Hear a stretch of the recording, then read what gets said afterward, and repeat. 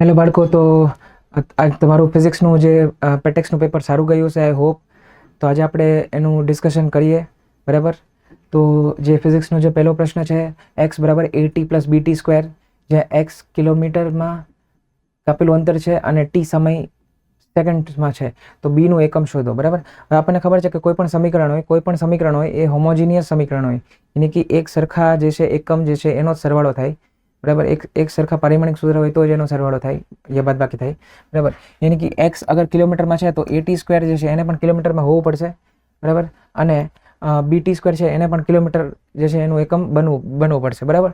તો અહીંયા આપણે વાત કરીએ તો આપણે બી શોધવાનું છે, બીના એકમ શોધવાના છે. તો બીટી સ્ક્વેર જો કિલોમીટર હોય, કિલોમીટર એને હોવું જ પડશે, બરાબર. તો જ એને એટી સાથે સરવાળો થાય, અને એટી પ્લસ બીટી સ્ક્વેર મળીને છે ને એક્સ એટલે કિલોમીટર, તો આ એટી પ્લસ બીટી સ્ક્વેર મળીને જે છે 1 કિલોમીટર જ બનવું જોઈએ, બરાબર. સ્થાનાંતર યા તો અંતર, બરાબર, એ જ ભૌતિક રાશિ જે છે એ આવી જોઈએ, બરાબર. તો બીટી સ્ક્વેર બરાબર કિલોમીટર, તો અહીંયા બી બરાબર કિલોમીટર પ્રતિ સેકન્ડ સ્ક્વેર, એટલે કિલોમીટર પ્રતિ સેકન્ડ સ્ક્વેર. સી આપણો સાચો જવાબ. નેક્સ્ટ પ્રશ્ન આપણે જોઈએ. સૂર્યનું પૃથ્વીથી અંતર 1.5 × 10⁻11 મીટર છે, જ્યારે પૃથ્વી પરથી જોતા તેનો કોણીય વ્યાસ 2000 સેકન્ડ દેખાય છે. સૂર્યનો વ્યાસ કેટલો, બરાબર. હવે આ એક પૃથ્વી છે, બરાબર, અને આ આટલો મોટો સૂર્ય છે, બરાબર. અહીંનો વ્યાસ છે ડી, બરાબર.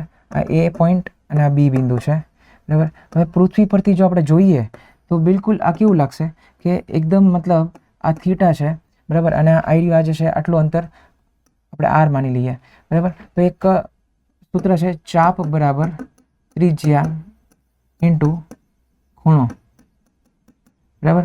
તો ચાપ યાની કે એ બી, કેમ કે આને ચાપ કહી શકાય, થીટા જે છે બહુ નાનો હશે, એટલે એ બી જે છે એ મતલબ ચાપ જે છે એકદમ અત્યારે તો સીધી છે, સુરેખ પર એકદમ સીધી રેખા છે, બરાબર. થીટા નાનો હોય એટલે આપણે એને સ્ટ્રેટ લાઈન માની શકીએ, બરાબર. તો એ બી બરાબર આર ઇન્ટુ થીટા. હવે અહીંયા વાત શું છે કે જે થીટા છે ને એ અહીંયા 2000 સેકન્ડમાં આપેલો છે. સેકન્ડ કોણીય વ્યાસ યાની કે જે થીટા છે, બરાબર, એ સેકન્ડમાં છે. મતલબ ડિગ્રી અથવા રેડિયનમાં હોય ને તો સમજાય, પણ અહીંયા સેકન્ડમાં છે, મિનિટમાં, સેકન્ડમાં, મિનિટમાં બી નહીં, સેકન્ડમાં, બરાબર. હવે તમને ખબર છે સ્ટુડન્ટ્સ કે ભાઈ 1 ડિગ્રી યાની કે 60 મિનિટ અને 1 મિનિટ યાની કે 60 સેકન્ડ, બરાબર. તો પહેલાં તો આપણે સેકન્ડથી મિનિટમાં ફેરવવું પડશે, મિનિટમાંથી ડિગ્રીમાં ફેરવવું પડશે, અને ડિગ્રીમાંથી રેડિયનમાં ફેરવવું પડશે, ત્યારે આપણો થીટા જે છે એ આપણને મળશે, બરાબર. તો એ બી જે આપણે શોધવાનું છે, બરાબર, આર આપેલું છે 1.5 × 10⁻11 ઇન્ટુ થીટા. થીટા જે છે એ 2000 સેકન્ડથી મિનિટમાં ફેરવો. જો મિનિટમાંથી સેકન્ડમાં ફેરવું હોય તો આપણે ગુણ્યા 60 કરીએ છીએ, પણ સેકન્ડમાંથી મિનિટમાં ફેરવવું હોય તો છેદમાં 60 આવશે, બરાબર. એટલે છેદમાં 60. અત્યારે આ મિનિટમાં આવી ગયું છે. મિનિટમાંથી ડિગ્રીમાં લાવવું હોય તો છેદમાં 60 આવે, બરાબર. એટલે ડી બરાબર 1.5 × 10⁻11 ઇન્ટુ 2000 અપોન 60 પાછું 60 ઇન્ટુ 60. હવે આ ડિગ્રીમાં આવી ગયું છે. હવે ડિગ્રીથી રેડિયનમાં ફેરવવું હોય તો ડિગ્રી સાથે π/180નો ગુણાકાર કરવો પડશે, એટલે રેડિયનમાં ફરશે, બરાબર. તો ડી બરાબર 1.5 × 10⁻11 ઇન્ટુ 2000 અપોન 3600 ઇન્ટુ π/180. એટલે આ જે છે એ આપણને વ્યાસ મળી જશે એ બી, બરાબર. તો આ જે વ્યાસ જે છે એ લગભગ 1.45 ઇન્ટુ તમે આને કેલ્ક્યુલેટરથી આરામથી તમે કેલ્ક્યુલેટ કરી શકો, બરાબર. એટલે તમને એનો જવાબ મળશે option C. Clear? Option C જે છે એ બિલકુલ એનો જવાબ છે. તો આનો જે જવાબ છે એ ઓપ્શન નંબર સી આવશે. તો નેક્સ્ટ પ્રશ્ન પર જોઈએ. દળના માપમાં અને ઝડપમાં પ્રતિશત ત્રુટિ અનુક્રમે 2% અને 3% છે. દળ અને ઝડપના માપ પરથી ગતિ ઉર્જામાં મહત્તમ પ્રતિશત ત્રુટિ કેટલી? સિમ્પલ પ્રશ્ન છે, ત્રુટિનો પ્રશ્ન છે. અહીંયા આપણને Δm/m ગુણ્યા 100 2% કીધું છે, અને Δv/v ગુણ્યા 100 જે છે એ 3% કીધું છે, અને Δk/k ગુણ્યા 100 આ આપણે શોધવાનું છે, બરાબર. તો k બરાબર ½ m × v². ત્રુટિમાં જે અચળાંક જે છે એની કોઈ મતલબ કોઈ એની સિગ્નિફિકન્સ હોતી નથી, એટલે એનું જે ત્રુટિ છે એ તો 0 થાય કોન્સ્ટન્ટની, એટલે એનું કોઈ મહત્વ નથી. ડેલ્ટા કે બાય કે ગુણ્યા 100 બરાબર ડેલ્ટા એમ બાય એમ ગુણ્યા 100 plus 2 into delta V by V ગુણ્યા 100 બરાબર. બે આગળ આવી જાય બરાબર. ડેલ્ટા કે બાય કે ગુણ્યા 100 આપણે શોધવાનું છે. ડેલ્ટા એમ બાય એમ આપેલું છે 2% plus delta V by V 3% આપેલું છે. 3 દુ 6 અને 2 8, એટલે 8% આપણો જવાબ આવશે બરાબર. એટલે આ જે જવાબ આવશે એ 8% આવશે. 8%, 8%.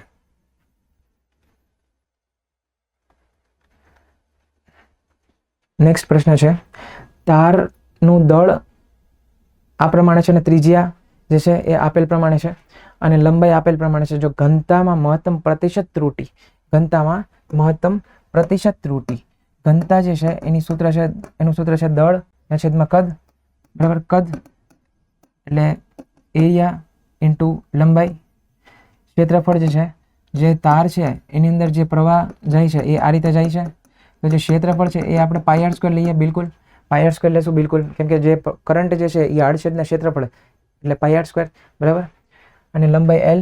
ઓકે, તો M upon pi R square into L.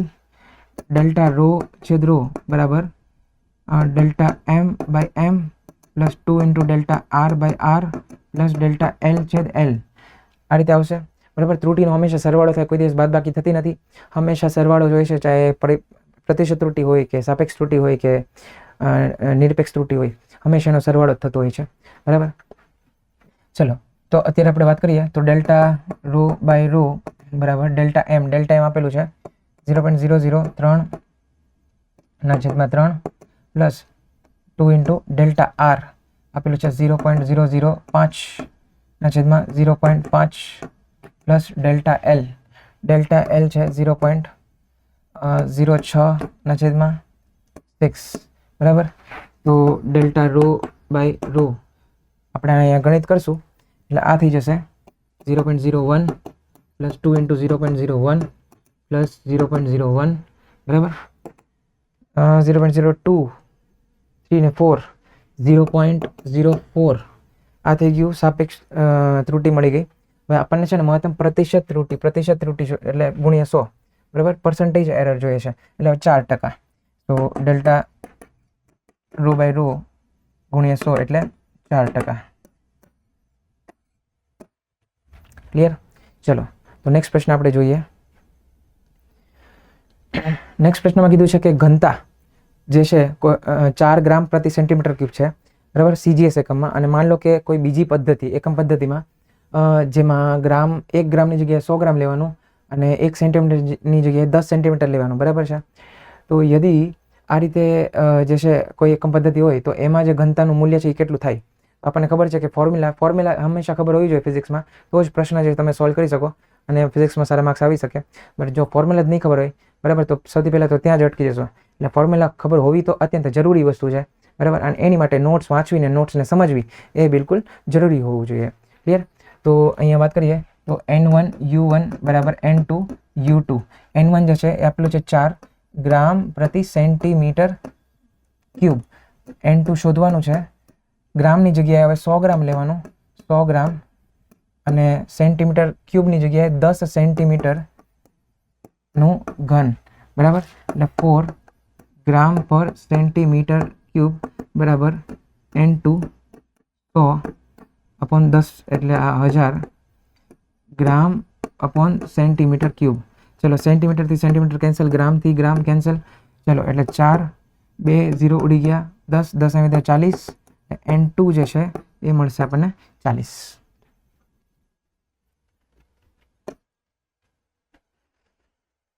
તો નેક્સ્ટ પ્રશ્ન આપણે જોઈએ. 0.001 સેન્ટીમીટર લઘુત્તમ માપ શક્તિનો એક સ્ક્રૂ ગેજના મદદથી કોઈ એક વિદ્યાર્થીએ સ્ટીલના નાના દડાને છરાનો વ્યાસ માપે છે. મુખ્ય સ્કેલનું વાંચન 5 મિલીમીટર છે. મુખ્ય સ્કેલનું માપન 5 જે વાંચન છે એ 5 મિલીમીટર છે અને વર્તુળાકાર સ્કેલનો શૂન્ય ભાગ સંદર્ભ કાપાથી 25 કાપા ઉપર છે. અચ્છા, 25 કાપા જે છે એ શૂન્ય વર્તુળાકાર સ્કેલનું જે વાંચન છે એ 25મો કાપો જે છે એ એકરૂપ થાય છે. સ્ક્રૂ ગેજનું શૂન્ય ત્રુટિ આટલી છે, આ ત્રુટિ છે, યાની કે શૂન્યથી આટલા ઘણો એ જે છે એ મતલબ દૂર છે, બરાબર.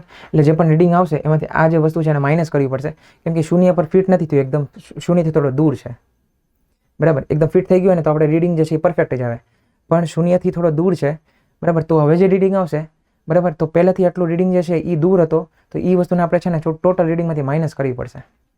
ક્લિયર? તો દડાનો સાચો વ્યાસ કેટલો? ઓકે, તો જે રીડિંગનું સૂત્ર છે મુખ્ય scale main scale reading plus લઘુત્તમ count into circular scale reading, બરાબર, અને પ્લસ ઓર માઇનસ ત્રુટી. Okay, done. તો મેઇન સ્કેલ કેટલું છે? 5 મિલીમીટર છે. ઓપ્શન બધા સેન્ટીમીટરમાં છે. ઓપ્શન શું છે?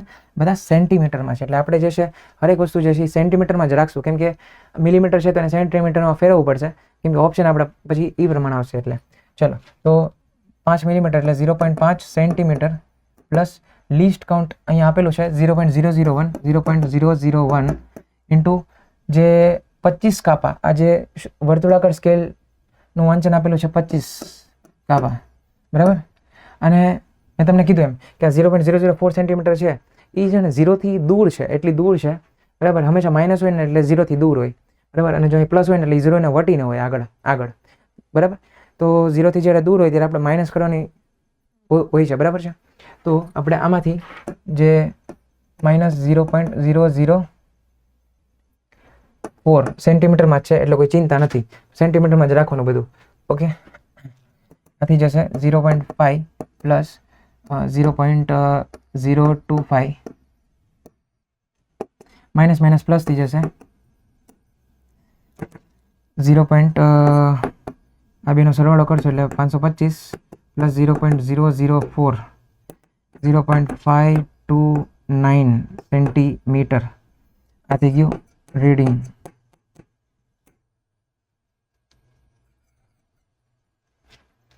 .529 જે છે એ આપણો જવાબ હોવો જોઈએ.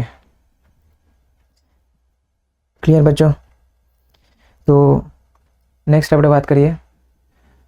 અહીંયા એક તકતી જે છે, બરાબર, એ ભ્રમણ કરે છે અને સરક્યા સિવાય એ ગબડે છે. તકતીની ત્રિજ્યા r આપેલી છે અને t=0 સમયે તકતીને સૌથી ઉપરનો બિંદુ આ જે એ છે, બરાબર, એ આ રીતે ગોળ ફરે છે, ટૂંકમાં આ રીતે ગોળ ફરીને આગળ જાય છે. જ્યારે તકતી તેના અર્ધ ભ્રમણ પૂર્ણ કરશે, જ્યારે અડધું અહીંથી જસ્ટ આ રીતે અડધું ભ્રમણ કરશે, ત્યારે બિંદુ એ જે છે એનું સ્થાનાંતર કેટલું છે? ઓકે, સિમ્પલ પ્રશ્ન છે, કંઈ ખાસ નથી. જો આ રીતે તકતી છે આપણી,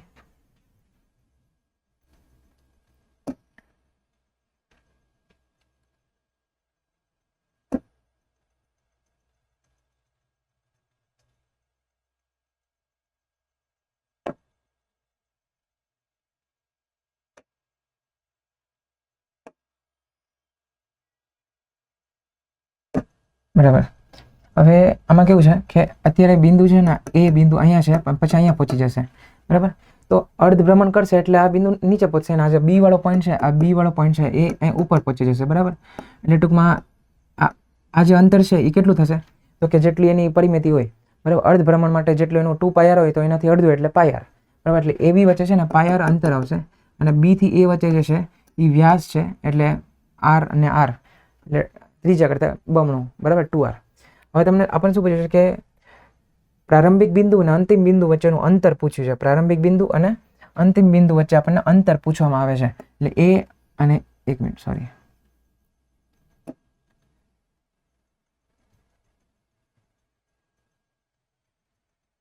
હા, આપણને એ અને એ વચ્ચે જે છે એ અને એ ડેશ વચ્ચે આપણે એ છે તો આને એ ડેશ માની લઈએ અને બી છે તો આને બી ડેશ માની લઈએ, એટલે કન્ફ્યુઝન ન થાય. તો એ અને એ ડેશ વચ્ચે આપણને પૂછે છે, તો અહીં આપણે પાયથાગોરસનો નિયમ લગાવી શકીએ. એ ડેશ બરાબર πr² પ્લસ 2r, વ્યાસ જે છે એ 2r જ થાય, બરાબર, 2r નો વર્ગ. એટલે એ ડેશ નો સ્ક્વેર બરાબર π² પ્લસ 4r². r² નો કોમન લઈ લો એટલે π² પ્લસ 4 વધશે. આ થઈ ગયું એ ડેશ નું સ્ક્વેર. રૂટ કરી નાખીશ બંને બાજુ એટલે આપણને એ ડેશ મળી જશે ડાયરેક્ટ ઓપ્શન પ્રમાણે. જે ઓપ્શન જે છે એ અહીંયા નીચે આર રૂટની બહાર કાઢી લઈએ એટલે આર સ્ક્વેર જે છે એ આર થઈ જશે અને આ થઈ જશે pi square plus 4 pi square plus 4 અને આર જે છે એ બહાર આવી જશે બરાબર. એટલે એ ડેશ જે છે એ ડેશ એ આપણો જવાબ એટલે ઓપ્શન નંબર 1.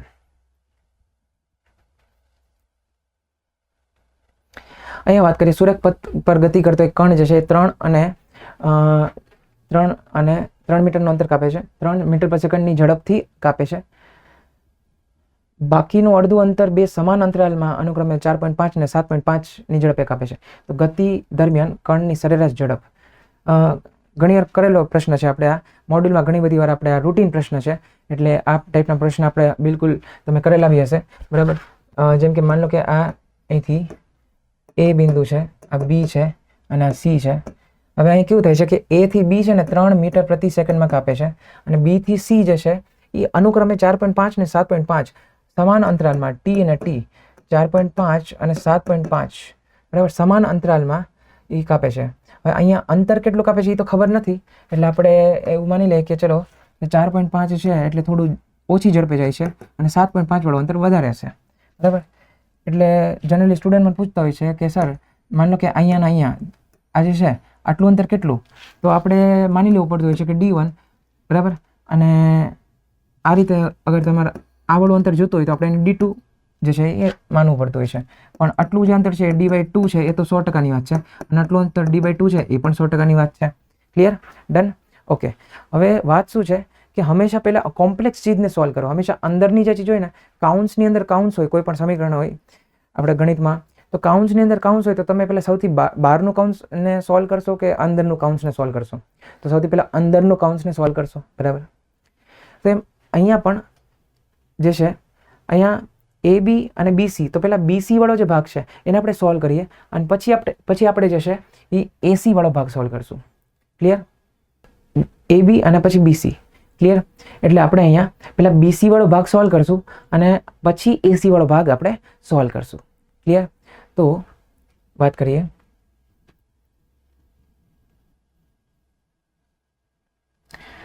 બીસી.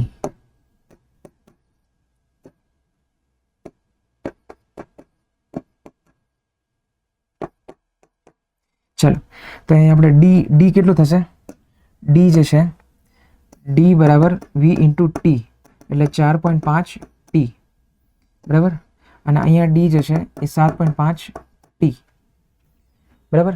ડી બરાબર વી ઇન્ટુ ટી લખાય ને, આપણે વી બરાબર ડી છે તે ટી લખીએ બરાબર. તો આપણને ડીની જરૂર હોય તો આપણે ક્રોસ ગુણાકાર કરીએ, વી ગુણ્યા ટી લખી શકાય બરાબર. એટલે જરૂર પડે તો ડીને આપણે વી ઇન્ટુ ટી લખી શકીએ બરાબર. વીને આ રીતે ટીને કરતા બનાવો હોય તો ડીના છેદમાં વી આ રીતે. એટલે ત્રણ જે છે નાની નાની ફોર્મ્યુલા જેવું છે બરાબર. એટલે જ્યારે આપણને જે રીતે આપણે અનુકૂળ પડે, જે વસ્તુની જરૂર પડી એ પ્રમાણે આપણે એને યુઝ કરવું પડે. ઓકે ચલો તો વીબીસીની વાત કરીએ. વીબીસી બરાબર ડીબીસી અપોન ટીબીસી. ક્લિયર? ડીબીસીની વાત કરીએ તો D1 પ્લસ D2 અને ટીબીસીની વાત કરીએ તો સમાન અંતરાલ છે એટલે ટી ને ટી 2T, તો આપણે 2T માની લઈએ. ચલો D1ની વાત કરીએ તો D1 જે છે આપણી પાસે એ થશે 4.5T અને D2 થશે આપણી પાસે 7.5T. હું બંનેની કિંમત અહીંયા મૂકું છું. બંનેની કિંમત જે છે એ હું અહીંયા મૂકું છું.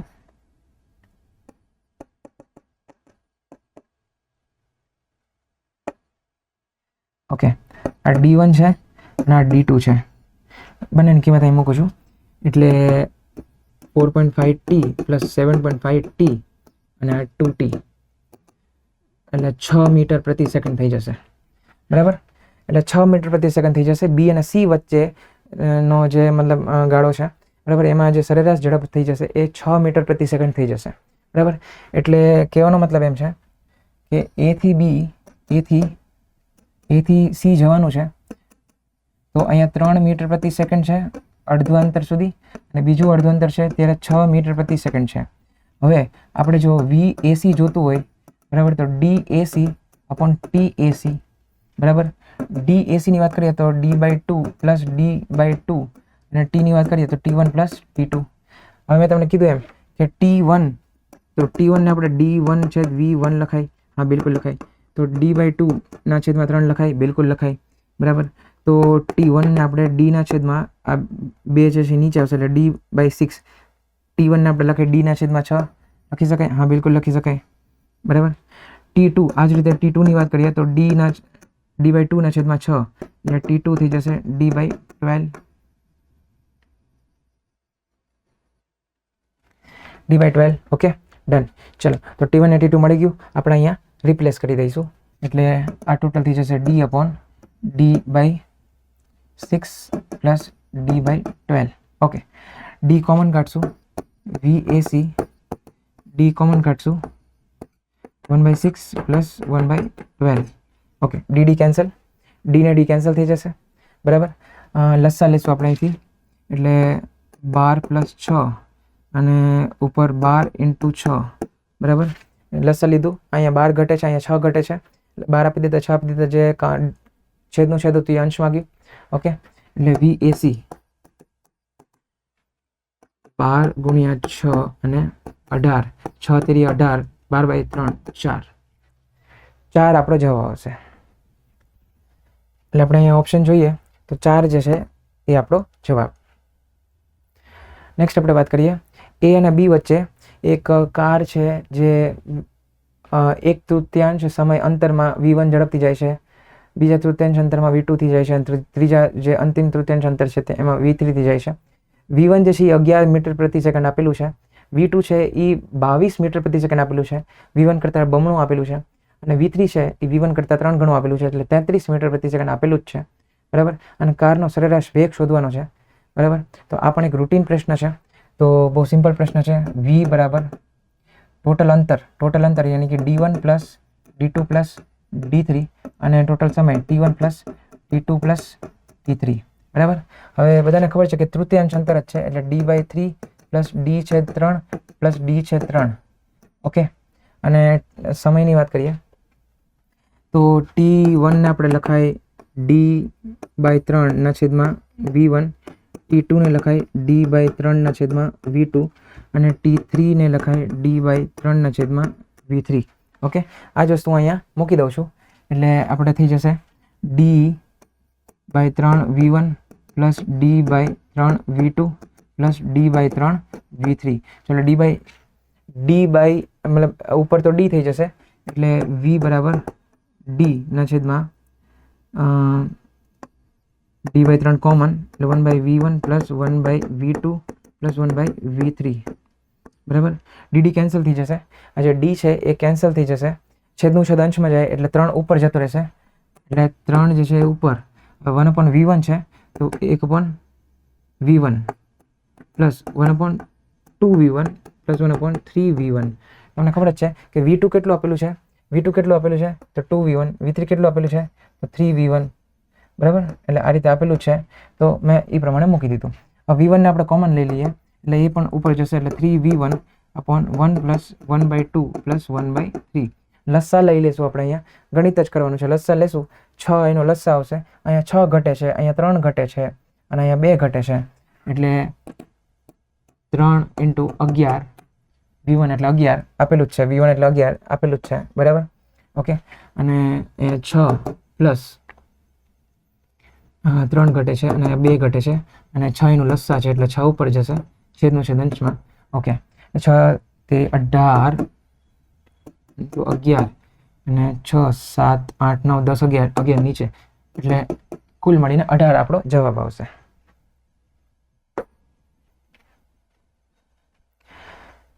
નેક્સ્ટ પ્રશ્ન આપણે જોઈએ. x આપણને આપેલું છે 40 plus 12t minus T cube બરાબર વડે આપવામાં આવે છે અને કણ સ્થિર થશે તે પહેલાં કેટલું અંતર કાપશે. બરાબર. તો કણ સ્થિર થાય એટલે એનો વેગ શૂન્ય થઈ જાય, એની ઝડપ શૂન્ય થઈ જાય.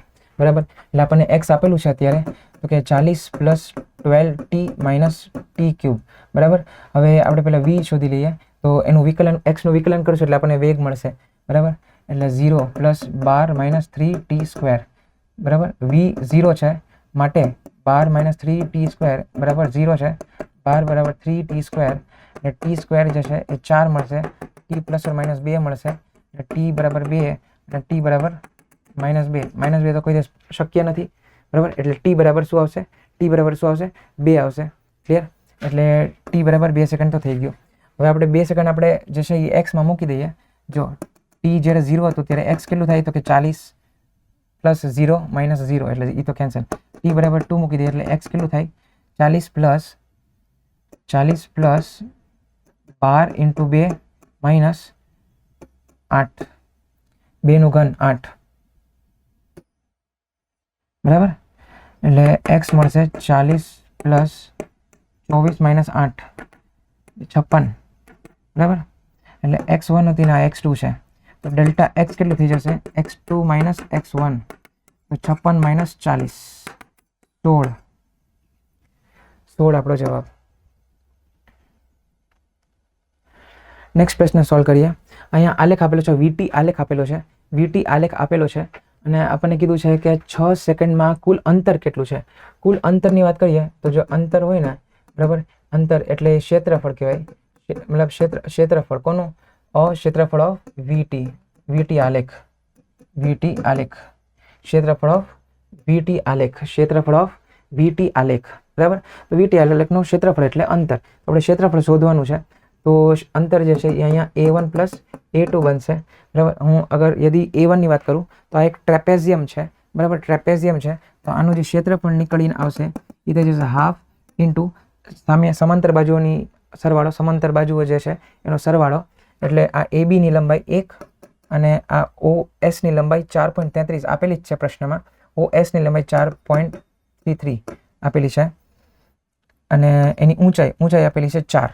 આ જે ઊંચાઈ આપેલી છે બરાબર એ આપેલી છે 4 પ્લસ A2 ની વાત કરીએ, A2 ની વાત કરીએ તો હાફ ઇન્ટુ જે એનો પાયો છે એટલે 2 અને ઊંચાઈ કેટલી છે તો કે 2 આપેલી છે. જો 0 થી લઈને -2 એટલે આ જે છે નીચેની તરફ છે એટલે માઇનસ છે પણ આપણે તો સરવાળો જ કરવાનો છે ડાયરેક્ટ બરાબર. ઓકે એટલે આ 2 થઈ જશે, આનું જે ગણિત થઈ જશે એ 4 પ્લસ 1 5.33 ગુણ્યા 2. ચલો કઈ વાંધો નહીં, અહીં મૂકી દઈએ છીએ આપણે 5.33 ઇન્ટુ 2 પ્લસ 2 એટલે આ થઈ ગયું કુલ અંતર. એટલે આ આપણે આવશે 10.66 પ્લસ 2 12.66 12.66 એટલે લગભગ હા ને. હવે આપણે અહીંયા વાત કરીએ તો જો 11 તો આવશે નહીં બરાબર, 12 છે, 12 પણ નહીં આવે, 12 કરતાં વધારે છે, 12.6 છે. આ બેમાં આપણે સોલ્વ કરીએ એટલે 49/4 કરશો અને 37/3 કરશો એટલે લગભગ 12 તેરી 36 એટલે 12 પોઈન્ટ સમથિંગ આવશે અને અહીંયા 12 ચોક 48 અને 49 છે એટલે અહીંયા પણ લગભગ 12 પોઈન્ટ સમથિંગ આવશે. આ બંને તમે એક્ઝેક્ટ ચેક કરશો, જે નજીકમાં જે આવે એ તમારો જવાબ. આનો જે જવાબ છે 37/3 જો આપણે કરશું લગભગ આ આવશે તમારે 12.3 ની આજુબાજુ આવશે, 12.3 કે 12.4 અને આઈડિયો જે છે 49/4 કરશું એટલે 12.2 આવશે, 12.2 બરાબર. એટલે આ જે છે એ થોડો દૂર છે આપણા જવાબથી, ઓરિજિનલ જવાબથી, એટલે જે નજીકનો હોય એ આપણો જવાબ, માટે ડી ઓપ્શન આપણો સાચો જવાબ છે.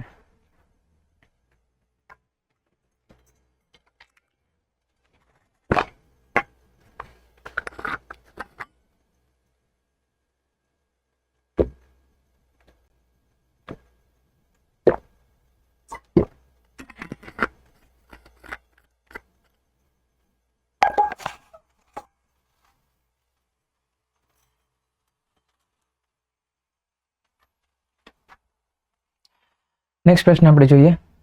h મીટર ઊંચાઈ ટાવર પરથી એક દડાને મુક્ત કરવામાં આવે છે અને તેને જમીન પર લાવતા t સેકન્ડ લાગે છે. તો t/3 સેકન્ડે દડાનું સ્થાન શું હશે? દડાનું સ્થાન પૂછવામાં આવે છે. માન લો કે એક દડો જે છે એને આપણે h ઊંચાઈ પરથી ફેંક્યો છે, આ રીતે h ઊંચાઈ પરથી ફેંક્યો છે અને t/3 સેકન્ડ બાદ દડાનું સ્થાન કેટલું? તો t/3 સેકન્ડ બાદ દડો જે છે અહીંયા પહોંચ્યો હશે એટલે આપણે આટલું અંતર જો શોધવું હોય બરાબર તો એ આપણે x માની લઈએ તો હાફ gt સ્ક્વેર યાની કે હાફ ઇન્ટુ 10 ઇન્ટુ t/3 નો વર્ગ, મતલબ આપણે 10 જે છે એને આપણે g જ રાખશું કારણ કે આપણે જે છે એ h ના ફોર્મમાં શોધવાનું છે. h/9 7h/9 8h/9 17h/18 એટલે આપણને એચ તો આપણને ખબર જ છે કેટલું છે. એચ જો છે એચ બરાબર half G into T square, એટલે એચ તો આપણને ખબર જ છે બરાબર. હવે આપણે એક્સ શોધી લઈએ. જો એક્સ મળી જાય ને તો આપણને જે પણ જમીનથી સ્થાન પૂછ્યું છે તો જમીનથી આપણે એચ માઇનસ એક્સ કરી લેશું બરાબર. Half G into T square, half G into T square by 9 થઈ જશે, એટલે આ થઈ જશે H half G T square by 9, H by 9. એટલે એક્સ જે મળ્યું એ આપણને મળશે એચ બાય 9. એક્સ કેટલું મળ્યું તો કે એચ બાય 9. એક્સ કેટલું મળ્યું તો કે એચ બાય 9. અચ્છા, હવે ટોટલ ઊંચાઈ કેટલી છે? ટોટલ ઊંચાઈ જે છે એ આટલી છે. તમારે સ્થાન જોઈએ છે બરાબર નીચેથી કે ભાઈ આટલી ઊંચાઈ, તો કે એચમાંથી એચ બાય 9 બાદ કરી નાખો એટલે 8 h by 9. 8 h by 9, 8 h by 9 આ જવાબ આવશે.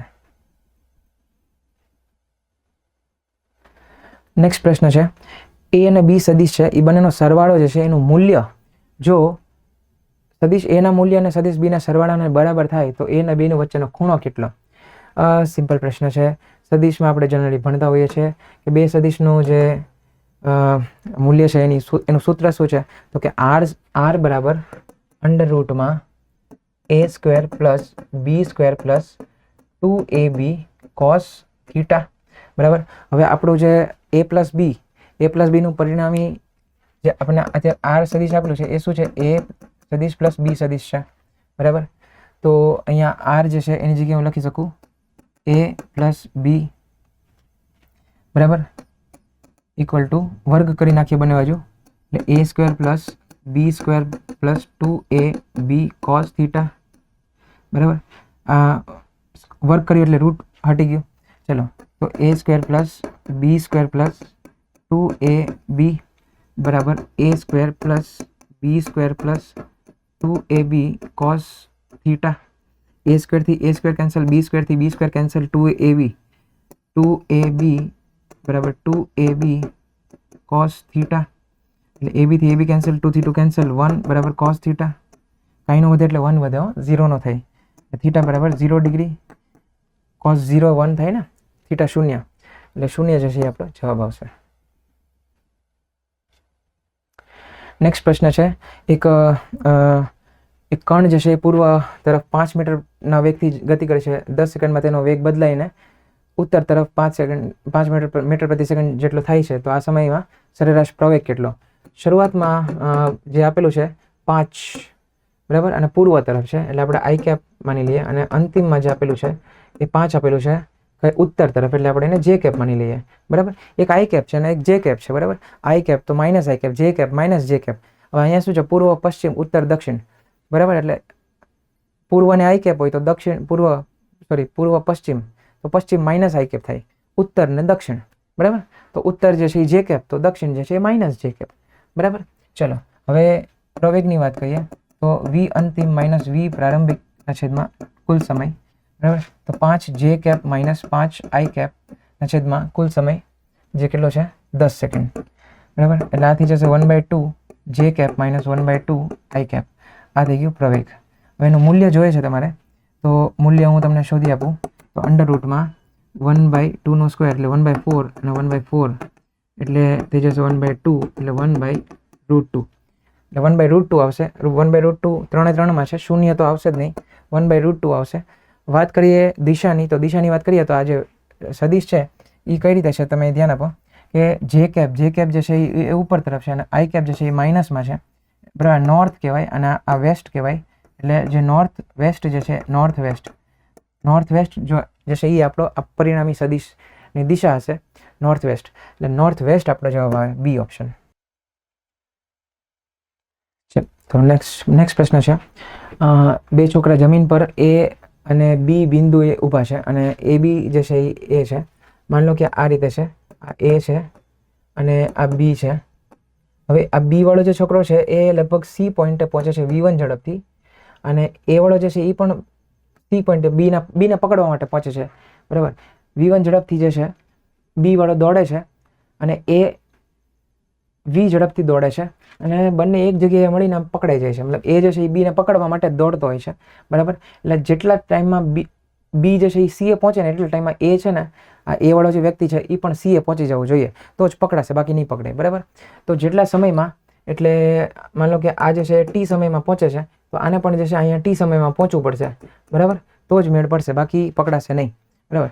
તો આપણને પૂછ્યું છે કે એ વી અને V1 વચ્ચેનો જે છે સંબંધ શું છે, બરાબર. ઓકે, હવે તમે એક વસ્તુ સમજો મિત્રો કે તમને ખબર છે કે ડીને આપણે V × T લખી શકાય, ડી બરાબર V × T આપણે લખી શકાય, બરાબર. તો આ જે BC અંતર છે, જે BC અંતર છે એને તમે V1T લખી શકો. ઝડપ કેટલી? તો કે V1, સમય કેટલો? તો કે T, બરાબર. તો આ જે BC અંતર છે એને તમે V1T લખી શકો. આ જે AC અંતર છે, AC એને તમે V × T લખી શકો. ઝડપ કેટલી? તો કે V, સમય કેટલો? તો કે T, બરાબર, તો VT. અને આ જે AB અંતર છે, AB એને આપણે A લખી શકાય, એ તો આપેલું જ છે. હવે આ છે ને લંબ બી જે છે એ લંબ એકદમ 90 ડિગ્રી નીકળો તો લંબ. હવે લંબ ત્રિકોણ મતલબ જે કાટકોણ ત્રિકોણ હોય ને એટલે પાયથાગોરસનો નિયમ તો લાગે છે, બરાબર. એટલે આપણે પાયથાગોરસનો નિયમ લગાડીએ છો, બરાબર. તો ત્યાંથી આપણને સંબંધ શું મળશે? તો AB² + BC² બરાબર AC², બરાબર. એટલે VT² બરાબર A² + V1T² એટલે A² V² - V1² × T². T જે છે એ થઈ જશે A² V² - V1². એટલે જે સમય જે છે એ આ પ્રમાણે આવશે,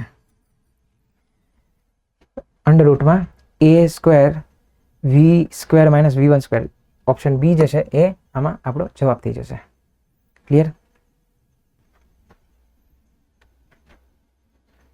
તો 16મો પ્રશ્ન શું કહેવા માંગે છે બાળકો?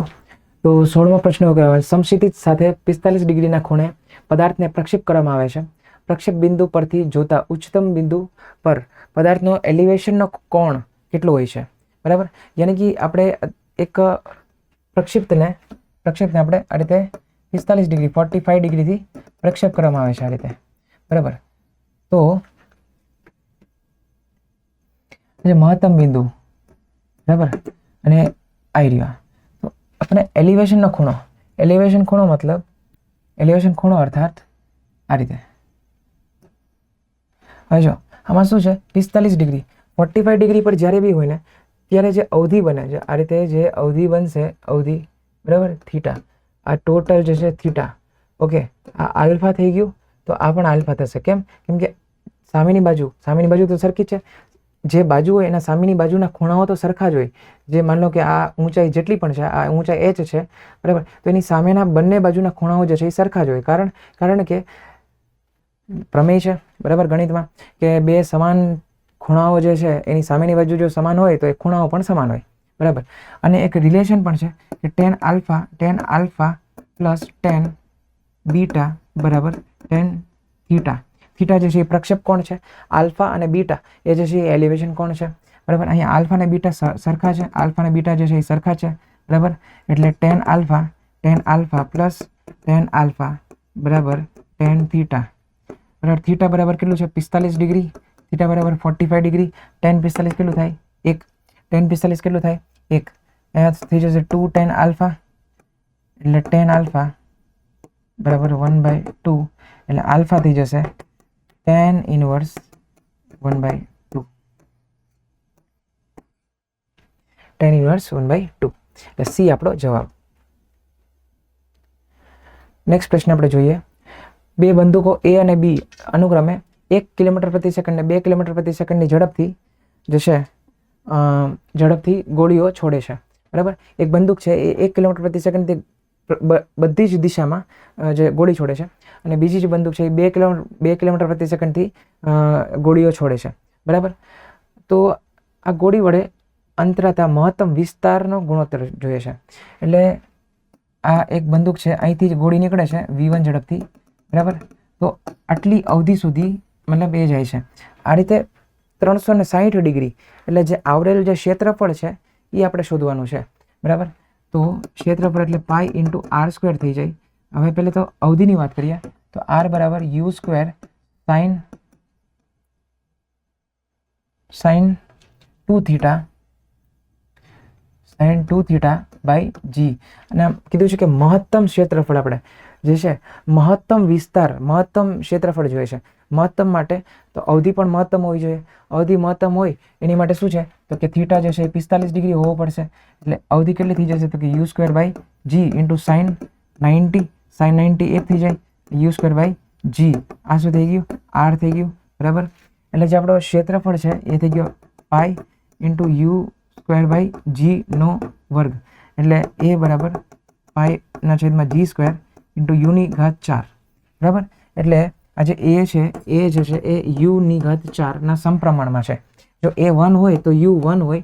પાઈ બાય જી સ્ક્વેર એ તો અચળ જ છે બરાબર. એટલે એ બીજી બંદૂક માટે તે વેગ અલગ છે, બાકી બધું 45 ડિગ્રીનો ખૂણો તો 45 ડિગ્રી આના માટે છે, બીજી બંદૂક માટે 45 ડિગ્રી જ છે. જી પણ સેમ જ છે બરાબર. એટલે બધું સરખું જ છે. એટલે A2 જે છે એ થઈ ગયું U2ની ઘાત 4 બરાબર. A1 બાય A2 જે છે U1 બાય U2ની પાવર 4 યાની કે 1 ને 2 1 બાય 2ની પાવર 4 એટલે 1 બાય 16 1 બાય 16.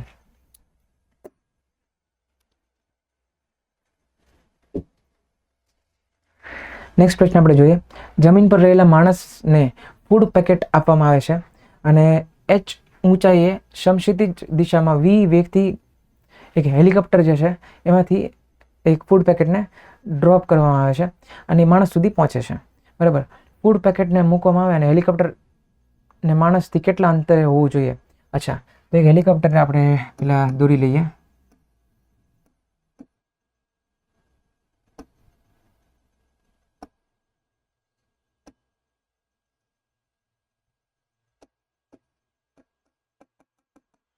અહીંથી આપણે એક ફૂડ પેકેટને આપણે છોડીએ છીએ બરાબર. અને કારણ કે આ વી ઝડપથી જાય છે એટલે આ રીતે જે વ્યક્તિ અહીંયા ઊભો હોય બરાબર, ગ્રાઉન્ડ અહીંયા છે, આ રીતે પહોંચશે એની પાસે બરાબર.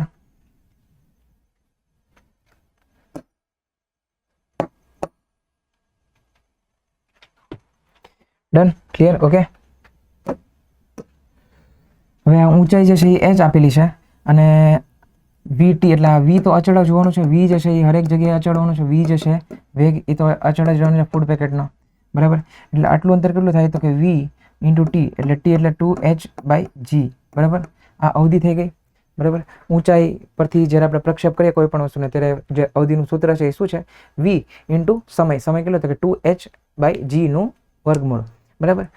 હવે આપણને કીધું છે કે આ ફૂડ પેકેટ અને માણસ વચ્ચેનું અંતર ડાયરેક્ટ અંતર પૂછ્યું છે આપણને. પાછું અહીંયા પાયથાગોરસ લગાડવું પડશે. એટલે આ h અને આ આઈડિયા અવધિ બરાબર.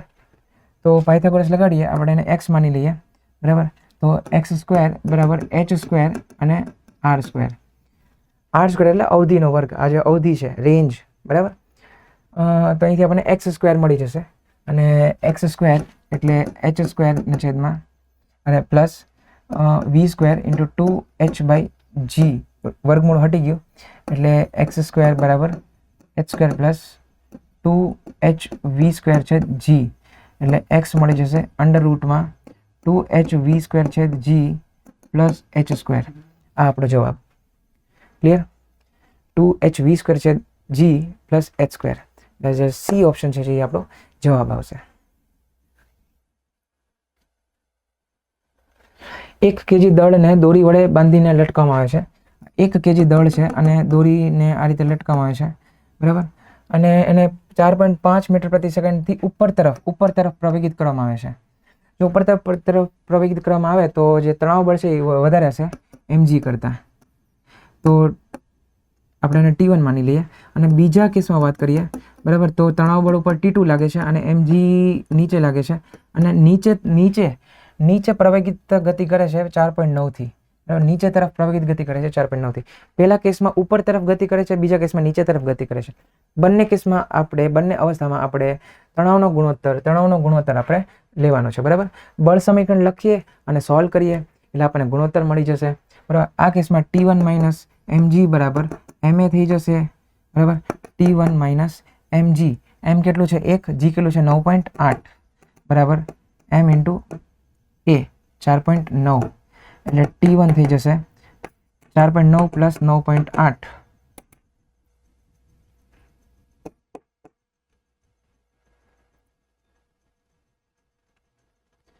14.7 એટલે T1 મળી ગયું 14.7. ચલો બીજા કેસ માટે આપણે વાત કરીએ તો mg મોટો હશે કેમ કે નીચે આવે છે એટલે mg મોટો હશે. mg માઇનસ T2 બરાબર m ઇન્ટુ a એટલે m ઇન્ટુ 9.8 માઇનસ T2 બરાબર 1 ઇન્ટુ 4.9. 9.8 માઇનસ 4.9 બરાબર T2 બરાબર 4.9.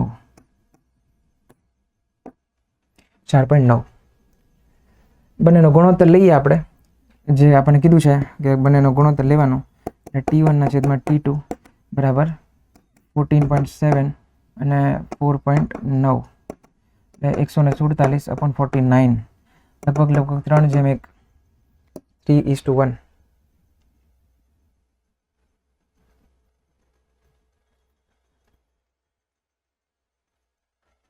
m દળનો એક કણ t બરાબર 0 સમયે સ્થિર સ્થિતિમાં છે અને x દિશામાં આટલું બળ લાગે છે એને, તો આ બળના પ્રમાણે મતલબ પ્રવેગિત થાય છે. નીચેમાંથી ઝડપ વર્સિસ સમયનો આપણે આલેખ શોધવાનો છે. સિમ્પલ પ્રશ્ન છે. તો f આપણને આપેલું છે f નોટ e⁻ bt. હવે f ને આપણે m ઇન્ટુ a લખી શકાય? હા, બિલકુલ લખી શકાય. m નીચે જવા દઈએ, ચાલો જવા દઈએ. f naught by m e⁻ bt. a ને આપણે dv/dt લખી શકાય? બિલકુલ લખી શકાય. a ને આપણે dv/dt લખી શકાય? બિલકુલ લખી શકાય. dv/dt બરાબર f નોટ છેદ m e⁻ bt. dv બરાબર e⁻ bt ઇન્ટુ dt. અને આ જે અચળવાળી બધી પદ છે એને આપણે આમનામ રાખીએ. બરાબર, સંકલન કરીએ આપણે. જે સમય 0 છે ત્યારે વેગ પણ 0 છે એવું કીધું જ છે. બરાબર, અને ગ્રાફમાં બધે દેખાય જ છે. અને જ્યારે t સમય છે ત્યારે વેગ આપણે v માની લઈએ. બરાબર, ચલો હવે અહીંયા આપણે સંકલન કરીએ એટલે આથી જશે v બરાબર f નોટ છેદ m e⁻ bt અને નીચે માઇનસ b નીચે આવશે. બરાબર, લિમિટ મૂકશું 0 થી લઈને t. લિમિટ મૂકશું આપણે 0 થી લઈને t એટલે v બરાબર f naught upon m b e⁻ bt 0 થી લઈને t. બરાબર, અને એક માઇનસ આગળ આવશે minus f naught by m b e⁻ bt minus e⁻ 0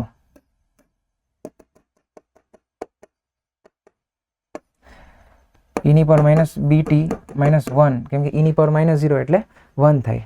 બરાબર, કઈ રીતે? e⁻ 0 1 થાય, e⁻ 0 એટલે 1/e⁻0 1/1 એટલે 1. બરાબર, ક્લિયર? ઓકે, ચલો હવે આને ઉલટાવી નાખીએ એટલે માઇનસ જે છે એ નીકળી જશે. બરાબર, તો f naught upon m b into 1 minus e⁻ bt. આ જે છે એ આપણું શું થઈ ગયું? ફાઇનલ જે છે એ આપણું સમીકરણ થઈ ગયું.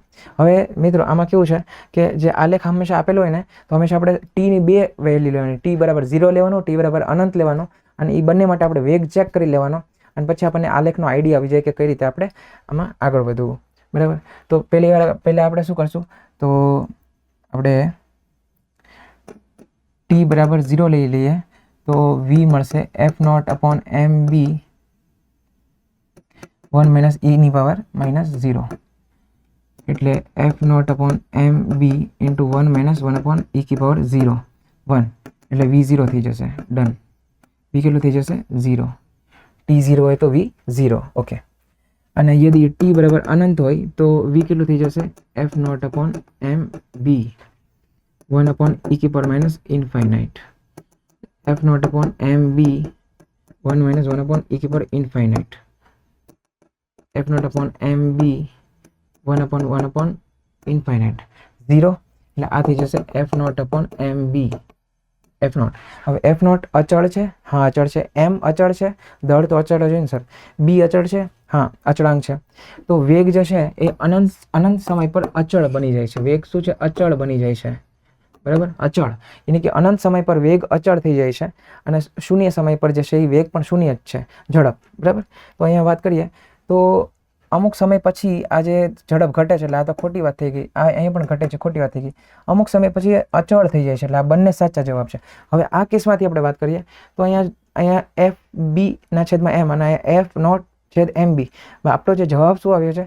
f નોટ ના છેદમાં m b એટલે m નીચે આવે છે, ઉપર નથી આવતું. બરાબર, એટલે ઉપર નથી આવતું. બરાબર, બી પણ નીચે આવે છે, બી પણ નીચે જ આવે છે, બી અહીંયા ઉપર છે.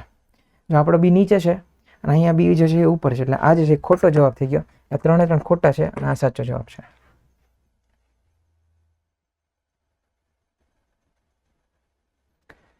નેક્સ્ટ પ્રશ્ન આપણે આગળ જોઈએ તો શ્રીલંબ ઉડાન માટે 600 kgનું રોકેટ તૈયાર કરવામાં આવે છે અને એને 1000 મીટર પ્રતિ સેકન્ડની ઝડપ આપણે એને આપવાની છે. તો એની માટે બળ પૂરું પાડવા માટે પ્રતિ સેકન્ડ કેટલો વાયુ, એટલે dm/dt આપણે શોધવાનો છે, કેટલો વાયુ બહાર નીકળશે પ્રતિ સેકન્ડ, બરાબર. એટલે આ રોકેટ છે આપણી પાસે અને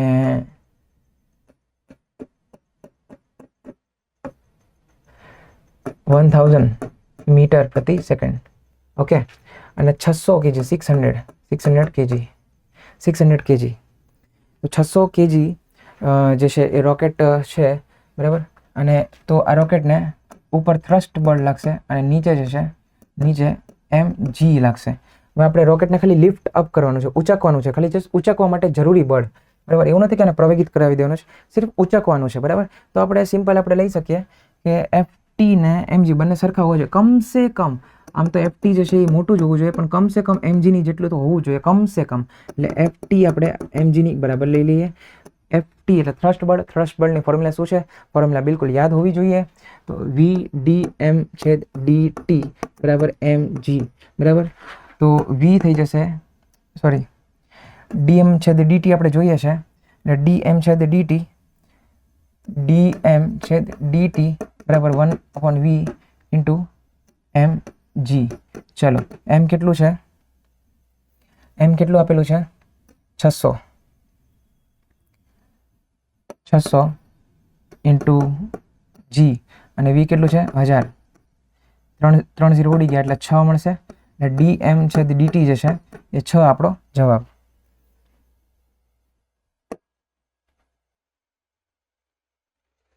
બંદૂકની ગોળી છોડવામાં આવે છે અને f બરાબર 600 માઇનસ 2 ઇન્ટુ 10⁵ t દ્વારા આપવામાં આવે છે. આ બળ છે. બંદૂક જે છે એમાં જે બળ લાગે છે ને એ આટલું લાગે છે. એટલે આટલું બળ લાગે ને અંદરથી સ્પ્રિંગ દ્વારા જે ધક્કો મારવામાં આવે કે જે એક્સપ્લોઝિવ છે એના દ્વારા જે એને ધક્કો લાગે છે, ટૂંકમાં એ આ રીતે છે, બરાબર. તો એમ કહે છે કે ભાઈ બળ જ્યારે બુલેટ બહાર નીકળી જાય ત્યારે બળ જે છે એ શૂન્ય થઈ જાય છે, બરાબર. તો શરૂઆતમાં બુલેટ જે છે એ નીકળે, બરાબર, અને બળ જ્યારે શૂન્ય થાય મતલબ જ્યારે બહાર નીકળી જાય છે બેરેલમાંથી એટલે બંદૂક જે છે એના દ્વારા જે લાગતું બળ જે હતું એ હવે શૂન્ય થઈ જાય છે. તો ખબર નહીં 2-3 મિલિસેકન્ડની આજુબાજુ બળ શૂન્ય થતું હશે, બરાબર. તો પહેલાં તો આપણે એ જોઈ લઈએ કે બળ શૂન્ય થાય છે એ ક્યારે થાય છે, એ આપણે સમય આપણે જોઈ લઈએ. પછી કીધું છે કે જો ગોળી બંદૂકની બેરેલમાંથી બહાર નીકળી જાય અને તેના પર લાગતું બળ શૂન્ય થઈ જાય, ગોળી પર લાગતો સરેરાશ આઘાત કેટલો? આઘાત માટે આપણી પાસે શું છે? આઘાત યા તો તમે ડેલ્ટા પી યાની કે વેગમાનનો ફેરફાર કરી લો, યાની કે બુલેટનો વેગમાનનો ફેરફાર કેટલો છે એ જોઈ લો, અથવા તો તમે એ જોઈ લો કે f dt આ, બરાબર. આમાં આપણને f આપેલો છે એટલે f dt કરવું સરળ પડે આપણને, બરાબર. તો પહેલાં આપણે એ જોઈ લઈએ કે કેટલા સમય 0 થી લઈને કેટલા સમય સુધી જે છે એ આઘાત લાગશે, ઓકે. તો f બરાબર 600 માઇનસ 2 ઇન્ટુ 10⁵ t, બરાબર. કારણ કે બળ શૂન્ય કીધું છે આપણને એટલે 600 માઇનસ 2 ઇન્ટુ 10⁵ t એટલે 600 ઇક્વલ ટુ 2 ઇન્ટુ 10⁵ t એટલે 2 શૂન્ય અહીંથી 2 શૂન્ય ઉડી જશે એટલે t મળશે આપણને 6/2 ને 1000 એટલે 3/1000 એટલે t મળશે 3 મિલિસેકન્ડ. 3 મિલિસેકન્ડ એટલે જે આઘાત જે છે એ થઈ જશે 600 માઇનસ 2 ઇન્ટુ 10⁵ t dt 0 થી લઈને 3 મિલિસેકન્ડ. 600 t માઇનસ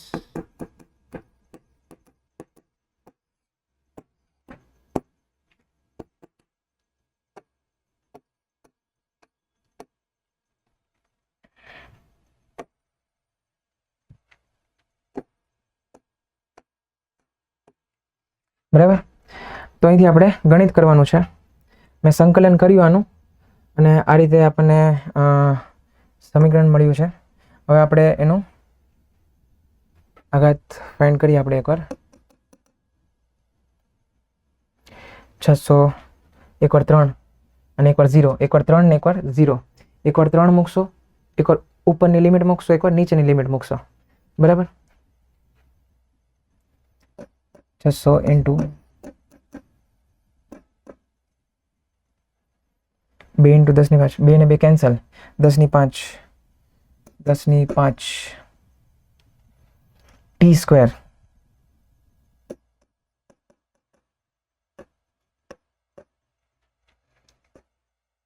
માઇનસ, હવે 0 મૂકશો એટલે બંને 0 જ થઈ જશે, એટલે એમાં તો કંઈ કરવાનું આવતું જ નથી.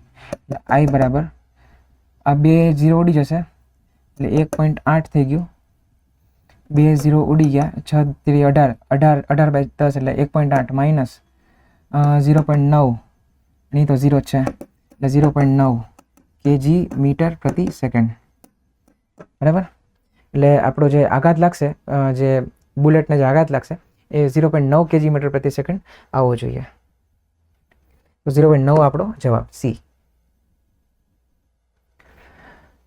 ડબલ્યુ એક દડો લટકાય છે અને 8 સેન્ટીમીટર સપાટીથી 8 સેન્ટીમીટર પરથી એક દોરી એક દિવાલ સાથે બાંધેલી છે આ રીતે, બરાબર. આ એક દિવાલ છે અને આ રીતે એક બોલ છે, તો એને 8 આટલું 8 અને આટલું 5 એટલે ટોટલ ત્રિજ્યા 5 આપેલી છે, બરાબર. ત્રિજ્યા 5 આપેલી છે અને એનું વજન ડબલ્યુ છે, બરાબર. એટલે નીચે ડબલ્યુ લાગશે, અહીંયા તણાવ બળ ટી લાગશે, બરાબર. એટલે આની જો એફબીડીની વાત કરીએ અને અહીંથી જે છે એ લંબ બળ લાગશે, બરાબર.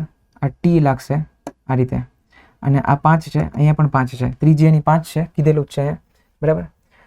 ઓકે, તો અહીંયા થશે કેવું કે નીચે ડબલ્યુ લાગશે, આ તરફ લંબ પ્રતિક્રિયા બળ લાગશે જે દિવાલના દ્વારા લાગવામાં આવશે, અને ઉપર તરફ જો અહીંયા આપણે થીટા માની લઈએ તો આ ટી છે ને, આ ટી તણાવ દોરીની અંદર તણાવ બળ લાગશે ટી, તો આ ટી કોસ થીટા થઈ જશે અને આ ટી સાઇન થીટા, આ શું થઈ જશે ટી સાઇન થીટા, આ દિશામાં શું લાગશે ટી કોસ થીટા લાગશે.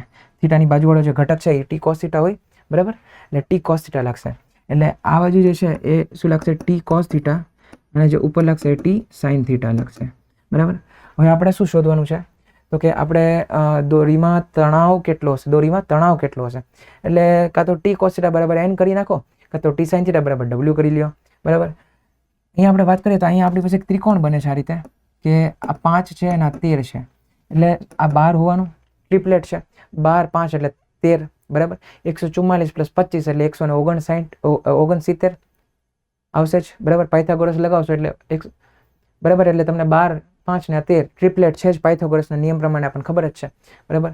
એટલે આ જે થીટા જે છે આપણો થીટા, બરાબર, જે તેથી થીટા તમારે જો સાઇન થીટા જોતો હોય તો અહીંથી શોધી લેવાનું, કોસ થીટા જોતો હોય તો અહીંથી શોધી લેવાનું, ટેન થીટાની જરૂર પડે તો અહીંથી શોધી લેવાનું, તમારે જે તે થીટા જોતો હોય એ આ ત્રિકોણમાંથી તમે તમારી રીતે આપણે ફાઇન્ડ કરી શકીએ, બરાબર. ચલો, તો ટી સાઇન થીટા બરાબર ડબલ્યુ છે, અને ટી બરાબર ડબલ્યુ ના છેદમાં સાઇન થીટા. સાઇન થીટાની જરૂર પડી આપણને, આપણે સાઇન થીટા જોઈ લઈએ. સાઇન થીટા બરાબર સામેની બાજુ ઓપન હાઇપોટેનિયસ, સામેની બાજુ ઓપન કર્ણ, બરાબર. એટલે 12/13, બરાબર. એટલે અહીંયા આપણે લખશું 12/13 એટલે છેદનું છેદ અંશમાં, એટલે 13/12 ડબલ્યુ, 13/12 ડબલ્યુ, બરાબર. તો આપણો જવાબ. નેક્સ્ટ સવાલ આપણે જોઈએ.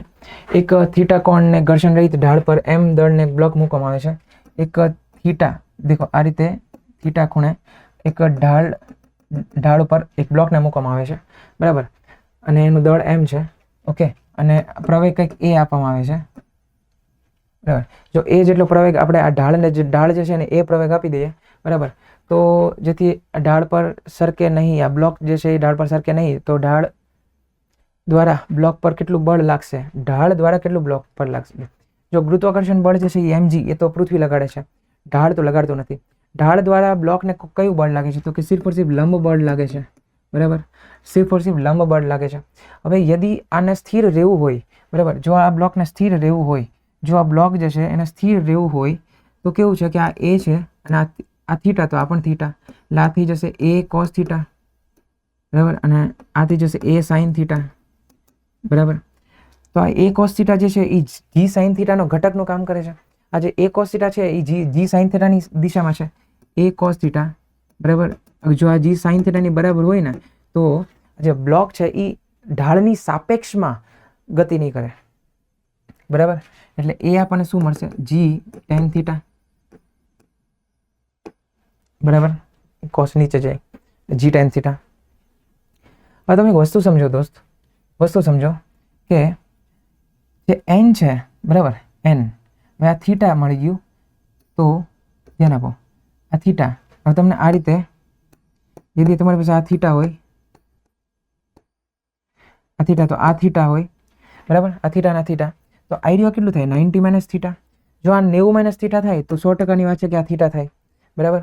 અને આ એન છે, તો આ શું થઈ જાય? એન કોસ થીટા, નહીં સોરી, એન સાઇન થીટા. કારણ કે થીટાનો બાજુવાળો ઘટક એન કોસ થીટા હોય, બરાબર. એની સામેવાળો ઘટક જે છે એ એન સાઇન થીટા હોય, બરાબર. તો n sine theta, n sine theta, n sine theta, n sine theta, બરાબર છે,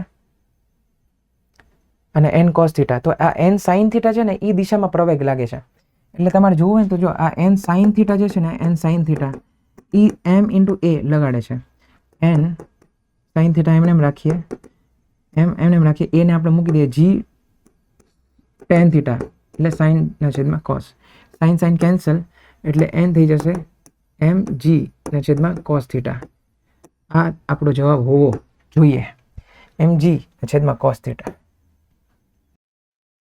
નેક્સ્ટ પ્રશ્ન આપણે જોઈએ તો બે માણસ એ અને બી પદાર્થને ડી જેટલું ખસેડવા માટે સ્થાનાંતર મતલબ સમાન સ્થાનાંતર ખસેડે છે અને 45 ડિગ્રી અને 60 ડિગ્રીના ખૂણે બળ લગાવીને કાર્ય કરે છે. તો માણસ એ અને માણસ બી દ્વારા બળનો ગુણોત્તર, ભાઈ એ અને બી બંને સમાન કાર્ય કરે છે. એફ ડી કોસ થીટા અહીંયા એફ ડી કોસ થીટા, બંને સમાન અંતર ખસેડે છે, બરાબર. ડી જેટલું જ અંતર ખસેડે છે એટલે ડી થી ડી કેન્સલ થઈ જશે, બરાબર. આ F1 ને F2 થઈ જશે, θ1 ને θ2. બસ ફરક એટલો છે કે એક 45 ડિગ્રીએ બળ લગાડે છે અને એક 60 ડિગ્રીએ લગાડે છે, બરાબર.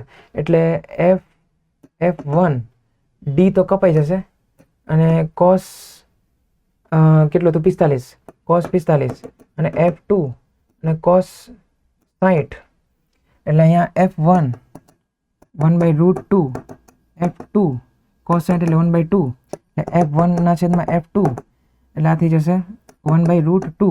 હવે F1 ના છેદમાં F2 નો ગુણોત્તર આપણને કીધો છે કે 1/√x છે, બરાબર. એટલે જો આ 1/√x હોય, બરાબર, તો x બરાબર 2, x બરાબર 2 થઈ જાય. નેક્સ્ટ આપણે જોઈએ, અહીંયા કીધું છે કે અંતર જે છે એ 1/3 × t² છે, બરાબર. તો 2 સેકન્ડમાં પ્રથમ 2 સેકન્ડ વડે થયેલ કાર્ય શોધો. સિમ્પલ, કાર્ય ઉર્જા પ્રમેય છે, સિમ્પલ, કે S બરાબર t² 3/3 છે, V બરાબર 1/3 × 2t, यानी कि 2t/3. આ આપણને ઝડપ આપી દીધી. હવે એમ કીધું છે કે પ્રથમ 2 સેકન્ડમાં થયેલ કાર્ય, એટલે t બરાબર 0 પર તો v કેટલું છે? તો કે 0. t બરાબર 2 ઉપર v કેટલું છે? તો કે ભાઈ 2 × 4/3, બરાબર. હવે તમારે w બરાબર ડેલ્ટા k લગાડવાનું, કારણ કે થયેલ કાર્ય જોઈએ છે એટલે ગતિ ઉર્જાનો ફેરફાર આવશે. ગતિ ઉર્જાનો ફેરફાર અર્થાત અંતિમ ગતિ ઉર્જા માઇનસ પ્રારંભિક ગતિ ઉર્જા, અંતિમ થાય half mv² minus half m into 0નું સ્ક્વેર.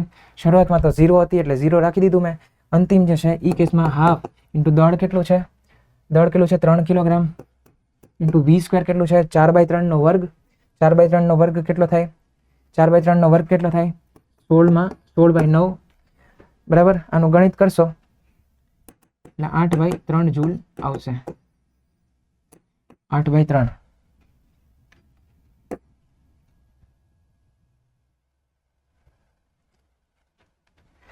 નેક્સ્ટ પ્રશ્ન જોઈએ.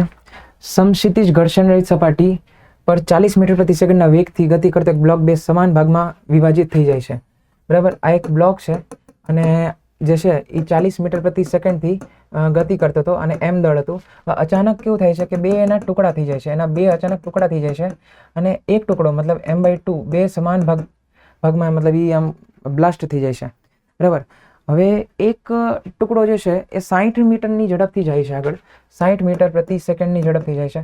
અને જે બીજો ટુકડો છે એની આપણને વેગ ખબર નથી, એની ઝડપ આપણને ખબર નથી. Okay, done. તો હવે આપણે કીધું છે કે ગતિ ઉર્જામાં આંશિક ફેરફાર જોઈએ છે, ગતિ ઉર્જાનો આંશિક ફેરફાર. તો પહેલાં આપણે આની ઝડપ તો શોધવી જ પડશે. કેમ કે બ્લાસ્ટ થયો છે એટલે આપણે વેગમાનનું સંરક્ષણ તો કરવું જરૂરી છે, વેગમાનનું સંરક્ષણ તો કરવું પડે, બરાબર. તો વેગમાનનું સંરક્ષણ તો થાય જ, એટલે પી પ્રારંભિક જે છે એ એટલું જ પી અંતિમ હશે તંત્રનું, તો એમ ઇન્ટુ વી એટલે 40 એમ. ચલો પી અંતિમ કેટલું થાય? પી અંતિમ તો m/2 ઇન્ટુ વી પ્લસ m/2 ઇન્ટુ 60 यानी कि 30m plus m v/2 done. Okay, હવે p પ્રારંભિક બરાબર p અંતિમ. ઓકે, यानी कि 40m equal to 30m plus m v/2 એટલે કેટલું થઈ ગયું? 10m બરાબર m v/2. mm કેન્સલ એટલે v બરાબર 20, v બરાબર 20, v20 મળ્યું. ચલો એટલે આપણે અહીંયા 20 મીટર પ્રતિ સેકન્ડની ઝડપ તો મળી ગઈ. હવે આપણે આંશિક ફેરફાર જોઈએ છે ગતિ ઉર્જામાં, તો આપણે અંતિમ ગતિ ઉર્જા શોધી લઈએ, પ્રારંભિક ગતિ ઉર્જા શોધી લઈએ અને પછી આપણે એનો આંશિક ફેરફાર શોધી શકીએ, બરાબર. તો કે પ્રારંભિકની વાત કરીએ તો half M into V square બરાબર half M into V square એટલે 40નો વર્ગ 1600 એટલે 800 એમ થઈ જશે, સમીકરણ નંબર 1.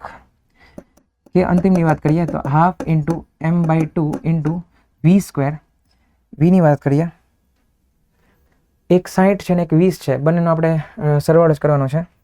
તો 60 છે એટલે 3600 એટલે આ થઈ ગયું 900 એમ. અને હજી એક છે હાફ ઇન્ટુ m/2 ઇન્ટુ 20નો વર્ગ 400 એટલે 100 એમ, બરાબર. એટલે આ બંનેનો જે સરવાળો 900 એમ ને 100 એમ એટલે 1000 એમ. આ અંતિમ ગતિ ઉર્જા થઈ ગઈ, તંત્રની અંતિમ ગતિ ઉર્જા 1000 એમ થઈ ગઈ, 1000 એમ, બરાબર.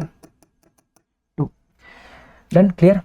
તો આંશિક ફેરફાર જોઈએ છે, તો આંશિક ફેરફાર આપણને કેટલો મળશે?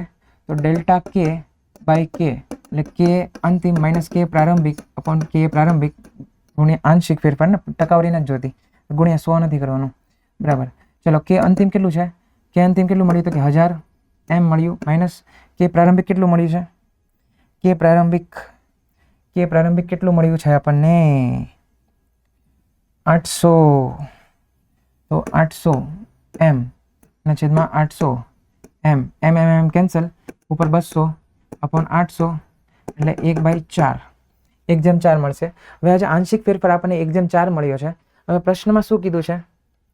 પ્રશ્નમાં કીધું છે કે જે આંશિક ફેરફાર છે એ x ના છેદમાં 4 છે, તો x ની કિંમત શોધો, બરાબર.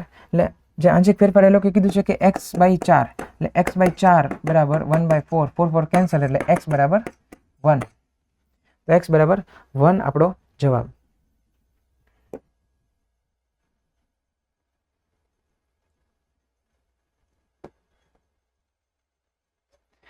ચલો તો નેક્સ્ટ પ્રશ્ન શું કહે છે કે સ્પ્રિંગ બળ વડે સ્પ્રિંગ ને તેના મૂળ સ્થિતિમાંથી શરૂઆત કરીને 5 સેન્ટીમીટર જેટલી ખેંચેલી છે અને ફર્ધર આગળ 5 સેન્ટીમીટર ખેંચવામાં આવે તો એનો જે તફાવત છે, કાર્ય એક્સ્ટ્રા કાર્ય કેટલું કરવું પડશે, બરાબર. તો આપણને ખબર જ છે મિત્રો કે formula half k into x square છે, બરાબર. સ્પ્રિંગ બળ વડે થતું જે કાર્ય છે એ હાફ કે એક્સ સ્ક્વેર હોય છે, સ્પ્રિંગ બળ. હવે આપણે જે કાર્ય કરવું પડે એ સ્પ્રિંગ બળ વડે થતું કાર્ય માઇનસ હાફ કે એક્સ સ્ક્વેર હોય, આપણે કરવું પડે પ્લસ હાફ કે એક્સ સ્ક્વેર, બરાબર. એટલે હું માન લો કે પહેલાં હું પ્લસ હાફ કે એક્સ W1 કરું અને પછી W2, બરાબર. એ થઈ ગયું half k into x2 square થઈ ગયું. આપણે ડેલ્ટા W જોઈએ તો W2 માઇનસ W1 મળી જાય, half k into x2 square minus x1 square એટલે હાફ ઇન્ટુ કે. કેની કિંમત છે એ થઈ ગઈ 5 into 10⁻³ into x2 square. x2 square એટલે 10નો વર્ગ માઇનસ 5નો વર્ગ, બરાબર. અને સેન્ટીમીટર છે એટલે આપણે મીટરમાં ફેરવું બહુ જરૂરી છે, બરાબર. એટલે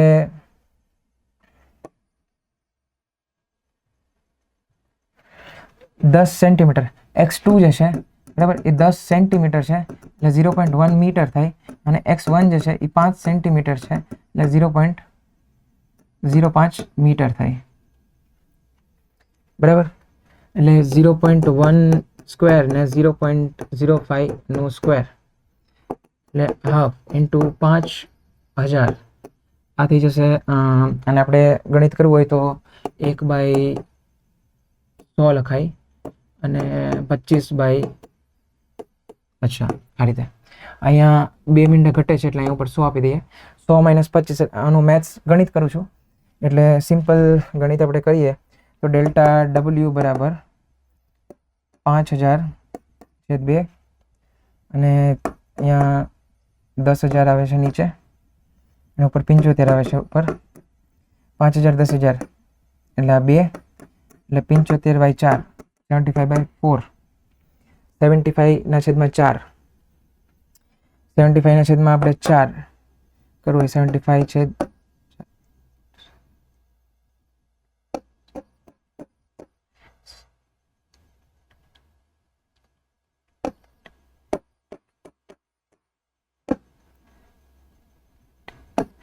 18.7 એટલે 18.7 ની આજુબાજુ બરાબર. એટલે ઓપ્શન નંબર સી ઓપ્શન જે છે ઓપ્શન નંબર ડેલ્ટા ડબલ્યુ 18.775 બરાબર.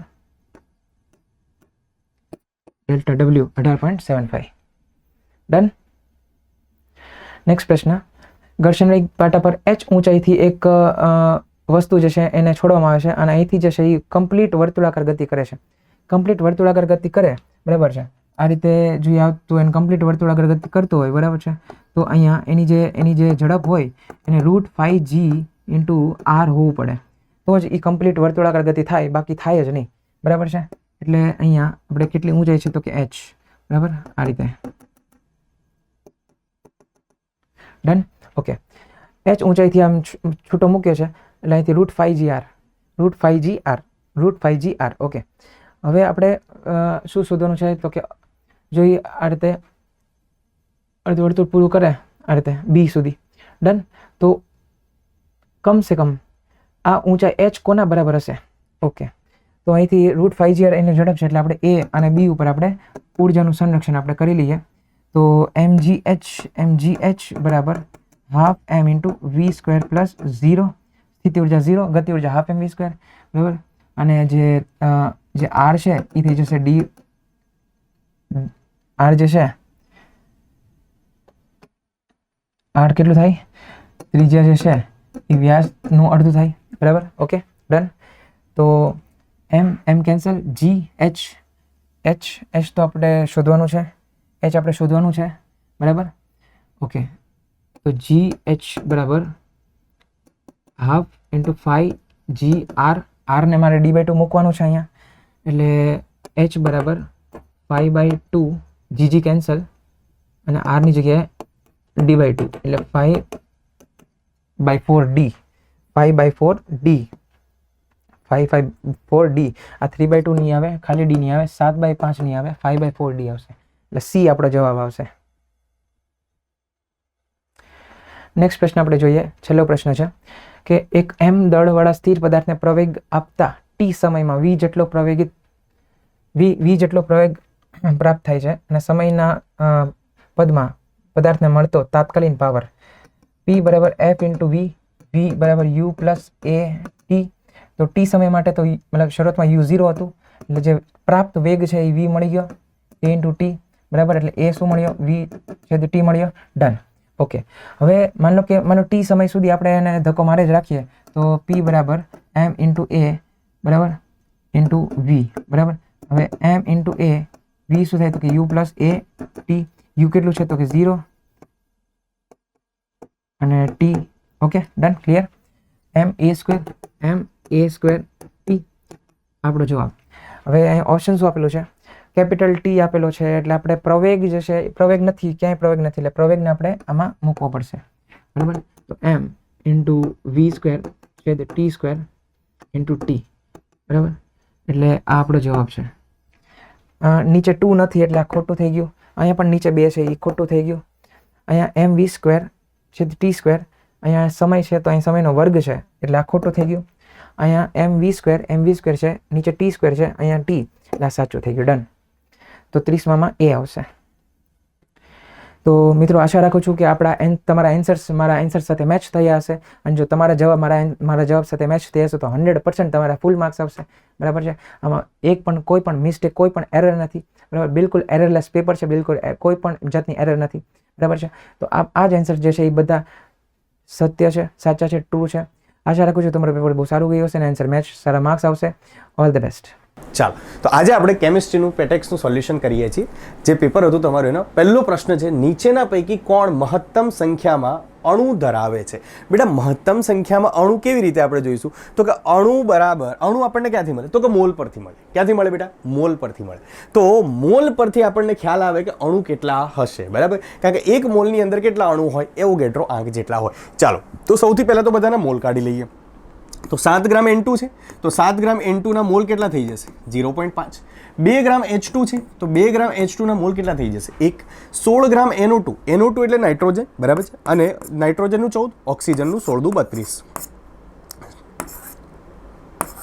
46 ગ્રામ છે, બરાબર? તો 16 ભાગ્યા 46 એટલે લગભગ છે બેટા 0.33 આજુબાજુ આવે, એક્ઝેક્ટ નથી, આજુબાજુ આવે. અને 16 ગ્રામ O2 છે, મતલબ કે બેટા 0.5 મોલ હોય. એક મોલ વધારે છે, એનો મતલબ કે એની અંદર રહેલા અણુઓની સંખ્યા પણ વધારે. ચાલો, નેક્સ્ટ વાત કરીએ છીએ આપણે C12H22O11.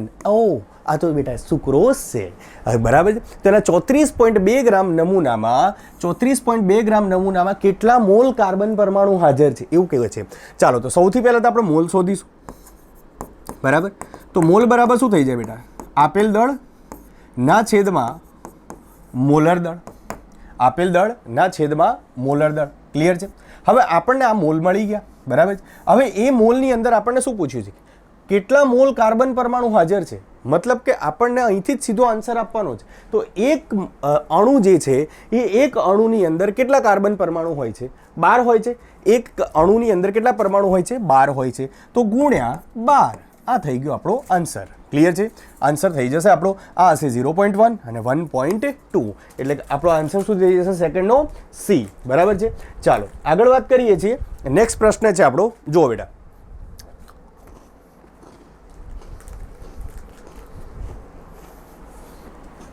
રુથરફોર્ડનો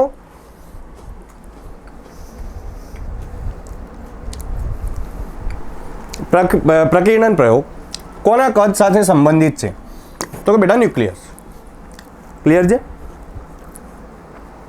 ચાલો, નેક્સ્ટ પ્રશ્ન છે 0.66 કિલોગ્રામ દળ ધરાવતો દડો કે જેની 100 મીટર પ્રતિ સેકન્ડના વેગથી ગતિ કરતો હોય તો તેની સાથે સંકળાયેલ તરંગ લંબાઈ શોધો.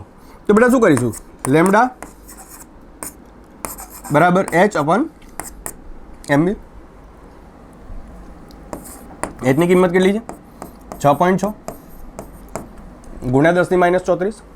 એમ દળ કેટલું છે? 0.66 કિલોગ્રામ છે, હે ને? તો કિલોગ્રામને ગ્રામમાં ફેરવીશું અને મીટર પ્રતિ સેકન્ડ 100 છે. ઓકે, તો આન્સર શું આવશે આપણો? થર્ડ આન્સર આવશે. ઓકે, 1 × 10⁻⁻35 મીટર. ચાલો, નેક્સ્ટ પ્રશ્ન જોઈએ. પરમાણુમાં નીચેના પૈકી ઇલેક્ટ્રોનની કઈ ગોઠવણી માન્ય નથી? બરાબર છે, કઈ ગોઠવણી માન્ય નથી? તો બેટા એન જે છે મુખ્ય ક્વોન્ટમ આંક છે. એનના આધારિત હોય છે એલ. એલની કિંમત શું હોય છે? 0 થી n-1 હોય છે. 0 થી n-1 હોય છે. એમએલની કિંમત શું હોય છે? -L થી 0 થી લઈને +L સુધી હોય છે. ક્લિયર છે? અને એસ જે છે એટલે કે સ્પિન ક્વોન્ટમ આંક છે, એની કિંમત શું હોય છે? ±1/2. ચાલો જોઈએ આમાંથી કઈ શરતનું પાલન થતું નથી. તો n બરાબર 5 હોય તો L બરાબર 3 શક્ય છે? બિલકુલ શક્ય છે. m બરાબર 0 શક્ય છે? બિલકુલ શક્ય છે. અને s બરાબર +1/2 શક્ય છે. ચાલો, ક્લિયર છે? n બરાબર 3 તો L બરાબર 2 શક્ય છે. શું m બરાબર -3 શક્ય છે? જો ml બરાબર શું આવે? -L થી +L. તો જો L ની કિંમત 2 છે તો -2 થી +2 આવે, મતલબ કે આ જે છે એ ગોઠવણી શક્ય નથી. એટલે આન્સર શું થઈ જશે? Second B. ચાલો, નેક્સ્ટ વાત કરીએ. નીચેના વિકલ્પોમાંથી પ્રથમ આયનીકરણ પોટેન્શિયલમાં વધારાનો સાચો ક્રમ કયો હશે? બેટા બોરોન, કાર્બન અને નાઇટ્રોજન. બોરોન, કાર્બન અને નાઇટ્રોજન એટલે કે બીજા આવર્તના તત્વો છે. એમાં નાઇટ્રોજન જે છે અર્ધપૂર્ણ ભરાયેલી સ્થાયી પી કક્ષક છે, અર્ધપૂર્ણ ભરાયેલી સ્થાયી પી કક્ષક છે, અને એના લીધે નાઇટ્રોજનની આયનીકરણ ઉર્જા કેવી હોય છે? વધુ હોય છે. નાઇટ્રોજનની આયનિક અણુ ઉર્જા કેવી હોય છે? વધુ હોય છે. બરાબર. તો અને બોરોનથી કાર્બન તરફ જતા આયનિક અણુ ઉર્જા વધે છે. કેમ? કારણ કે ડાબેથી જમણી તરફ જતા કદ ઘટે, એટલે કે ઝેડ ઇફેક્ટિવ વધે છે, અને ઝેડ ઇફેક્ટિવ વધે છે તો એનો મતલબ કે આયનિક અણુ ઉર્જા શું થાય છે? વધે છે. ચાલો નેક્સ્ટ પ્રશ્ન જુઓ. નીચેના પૈકી કયું તત્વ મહત્તમ ઇલેક્ટ્રોન આકર્ષકતા ધરાવે છે? ક્લોરીન. મહત્તમ ઇલેક્ટ્રોન આકર્ષકતા. ત્યારબાદ વાત કરીએ નીચેનામાંથી કયું હાઇડ્રોજન બંધ દર્શાવે છે? હાઇડ્રોજન બંધ બેટા કોણ દર્શાવે? તો કે ફ્લોરિન, ઓક્સિજન અને નાઇટ્રોજન. કોણ દર્શાવે?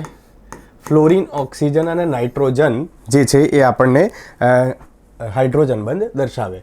તો અહીંયા આપણે જોઈ શકીએ છીએ કે NH3 જે છે એ હાઇડ્રોજન બંધ દર્શાવે છે.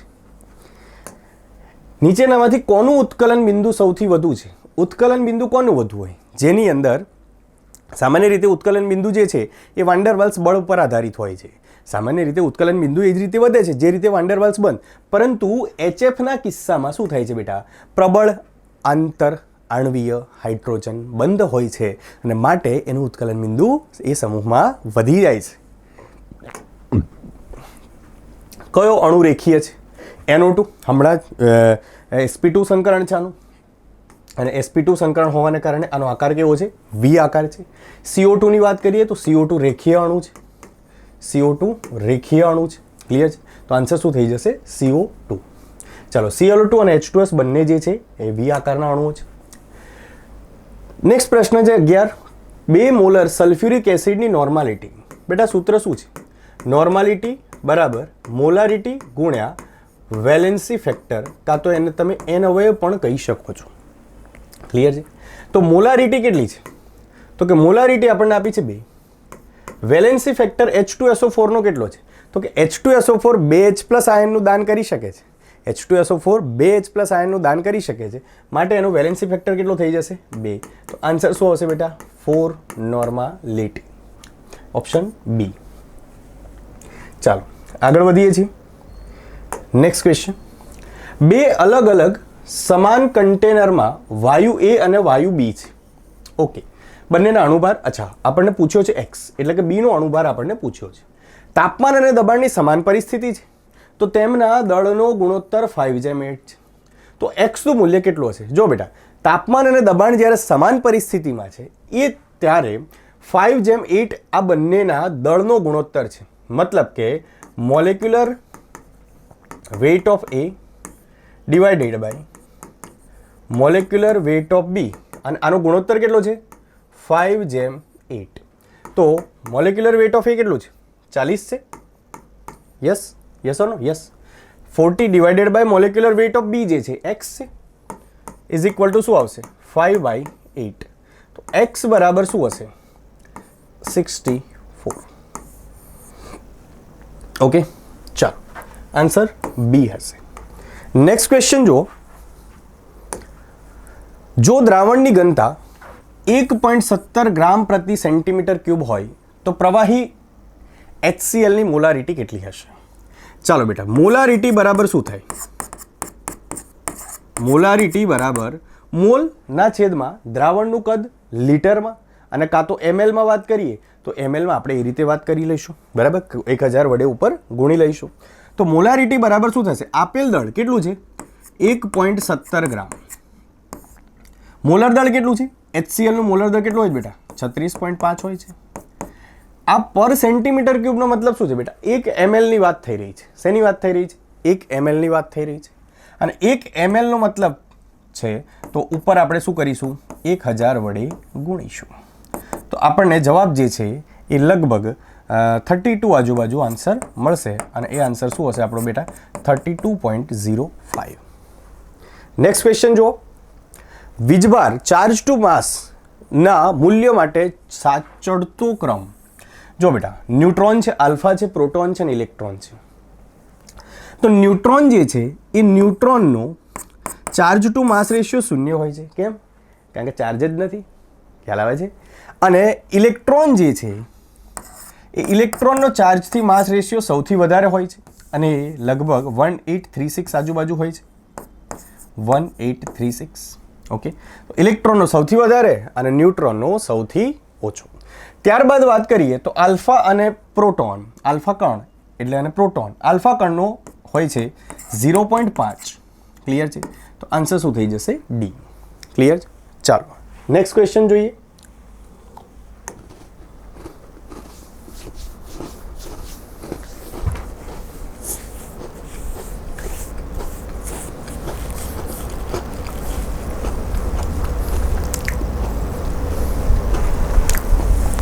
n બરાબર 5 અને ml બરાબર +2 સાથે કક્ષકોની સંખ્યા. હમણાં જ આપણે વાત કરી બેટા, n બરાબર જે હોય એના આધાર પર આપણને l મળે અને l ના આધાર પર આપણને ml મળે. n બરાબર 5 નો મતલબ શું થાય? તો કે l બરાબર 0 હોઈ શકે, 1 હોઈ શકે, 2 હોઈ શકે, 3 હોઈ શકે અને 4 હોઈ શકે. શું શૂન્યની અંદર ml ની કિંમત શું હશે? 0. મતલબ આમાં તો નહીં મળે. 1 ની અંદર શું હશે? -1, 0, +1. આમાં પણ નહીં મળે. આપણે કઈ સંખ્યા જોઈએ છે? ml બરાબર +2. કઈ સંખ્યા જોઈએ છે? ml બરાબર +2. તો l બરાબર 2 ની વાત કરીએ તો -2, -1, 0, +1, +2. એટલે આમાં પણ હશે, 3 માં પણ હશે અને 4 માં પણ હશે. એટલે કુલ કેટલી કક્ષકો થઈ જશે? તો કે 3. કેટલી કક્ષકો હશે? 3 કક્ષકો હશે કે જેમની કિંમત આપણને મળશે. CuSO4 × 5H2O છે, એના આટલા અણુઓનું દળ કેટલું? તો જો બેટા, સૌથી પહેલાં તો આપણે શું કરીશું? આટલા અણુઓનું દળ પૂછે છે એટલે આપણને પહેલાં તો મોલર દળ ખબર હોવી જોઈએ. ખ્યાલ આવે છે? તો CuSO4 × 5H2O નું મોલર દળ કેટલું થાય? આ થશે આપણું 249.5. યસ. ઓકે, કેટલું થશે? 249.5 ગ્રામ પર મોલની વાત કરી લઈએ, કારણ કે મોલર દળની વાત કરી રહ્યા છીએ. તો અણુઓનું દળ છે, આપણને પૂછ્યું છે. સિમ્પલ વસ્તુ છે બેટા કે 249.5 ગ્રામ છે અને 1022 અણુઓ છે. 1 મોલ બરાબર શું થાય? 6 × 1023 અણુઓ થાય. 6 × 1023 અણુઓ થાય. બરાબર? તો 6 × 1023 અણુઓનું દળ કેટલું હશે? 239.5 ગ્રામ. બરાબર? તો એનો મતલબ કે નન ઓફ ધીસ હોય આન્સર. પછી જો 415.9 તો હોવાના કોઈ સંભાવના જ રહેલી નથી. ચાલો, તો આ કોનું છે? એવોગેડ્રો આંકનું. 6 × 1023 નું દળ કેટલું છે? 249.5. તો આપણને કોનું પૂછ્યું છે? 1 × 1022 નું કેટલું? શું થશે? 1022 ગુણ્યા 249.5 ના છેદમાં 6 ગુણ્યા 1023. તો 1022 અહીંથી કટ થઈ જશે. બરાબર? 1023 અહીંથી કટ થઈ જશે એટલે નીચે બચશે 60 અને ઉપર હશે 249.5. ઉપર શું હશે? 249.5 ના છેદમાં 60, મતલબ near about 4 point something answer આવશે. શું હશે? 4.159. ચાલો નેક્સ્ટ ક્વેશ્ચન. C60H122 સંયોજનના એક અણુનું દળ. જો બેટા, C60H122 સંયોજનના એક અણુનું દળ માટે તો સૌથી પહેલાં તો આપણને આનું મોલર દળ ખબર હોવી જોઈએ. ક્લિયર છે? અને મોલર દળને જ્યારે આપણે એવોગેડ્રો નંબરથી ભાગીએ, બરાબર છે, ત્યારે આપણને એનો જવાબ મળે. બરાબર છે? તો અહીંયા વાત કરીએ આપણે C60H122 નું મોલર દળ કેટલું હશે? તો કાર્બન 12 ગુણ્યા 6 એટલે કે 720 વત્તા હાઇડ્રોજન 122 બરાબર શું થઈ જશે? 2, 4, 8 842. બરાબર છે? શું થઈ જશે? 842. ચાલો, તો આપણને અણુનું દળ પૂછ્યું છે, મતલબ કે વાસ્તવિક દળ છે. તો એક અણુનું દળ બરાબર 842 ભાગ્યા 6 ગુણ્યા 1023. તો આ આવશે આપણો જવાબ ગ્રામમાં. ક્લિયર છે? હવે અહીંયા જોઈએ તો 842 ભાગ્યા 6 અને 1023 ઉપર જાય, મતલબ કે આ જે પ્લસ વાળો જે જવાબ છે તો આવશે નહીં. મતલબ ડી અને સી ને કટ કરી દઈએ. હવે આપણે જવાબ જે લાવવાનો છે 10⁻21 ઘાત છે, બંનેમાં કોમન છે. તો હવે અહીંથી ઇન્ટીજર ઉડાડો, 6 અને 842, તો 6 એકા 6, 2 વધ્યા 24, 6 ચોક 24, તો 1.4 ઇન્ટુ 10⁻21 ગ્રામ આવે. Check it.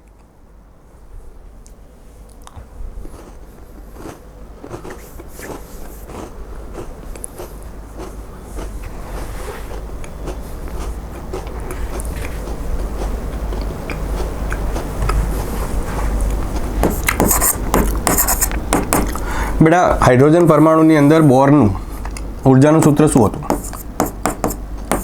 -RH ના છેદમાં n સ્ક્વેર. મતલબ કે ઉર્જા જે છે એ n સ્ક્વેરના વ્યસ્ત પ્રમાણમાં છે. આપણે શું આપ્યું છે? બીજી કક્ષાની ઉર્જા -328 કિલોજૂલ પ્રતિ મોલ છે અને ચોથી કક્ષાની ઉર્જા પૂછી છે. મતલબ કે E4 अपन E2 बराबर અને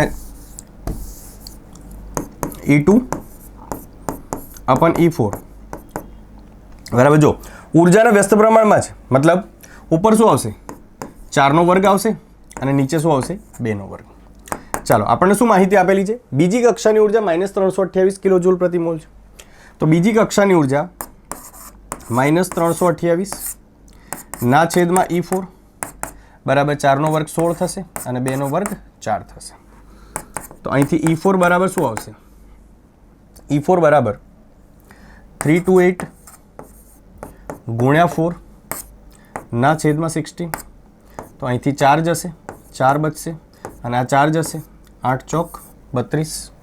ઓકે, અને 4 દુ 8, -82. શું આવશે જવાબ? -82. સો આન્સર ઇઝ ડી. ચાલો, ક્રિપ્ટોનની ઇલેક્ટ્રોનની રચના છે 4s2 3d10 4p6, મતલબ કે આ તો નિષ્ક્રિય વાયુ છે અને આનું 36 ઇલેક્ટ્રોન છે. તો 37મો ઇલેક્ટ્રોન ક્યાં જશે? નવી કોષમાં, નવી કક્ષામાં. બરાબર. તો 37મો ઇલેક્ટ્રોન જશે 5માં અને એ શું હશે? 5s. ઝિંક પ્લસ આયનમાં બેટા ઝિંકની ઇલેક્ટ્રોનની રચના શું છે? 3d10 4s2. હવે આમાંથી ઝિંક પ્લસ આયન બનાવવો છે, મતલબ શું આવશે? 3d10 4s1. શું પૂછ્યું છે? ચુંબકીય ક્વોન્ટમ આંકનું મૂલ્ય, ખાલી જગ્યા છે. તો s માટે બાહ્યતમ કક્ષા પૂછી છે, તો બાહ્યતમ કક્ષા તો 4s થશે. તો એના માટે ચુંબકીય ક્વોન્ટમ આંકનું મૂલ્ય શું થઈ જશે? s છે, l બરાબર 0 હશે અને ml બરાબર પણ 0 હશે. ખોટું વિધાન પસંદ કરો. શું કહે છે? આવર્ત કોષ્ટકમાં ડાબી બાજુના તત્વો શું હોય છે? બોલો, તમે જ બોલો બેટા. અધાતુઓ છે. શું હોય છે? ધાતુઓ હોય છે. મતલબ આ છે ખોટું વિધાન.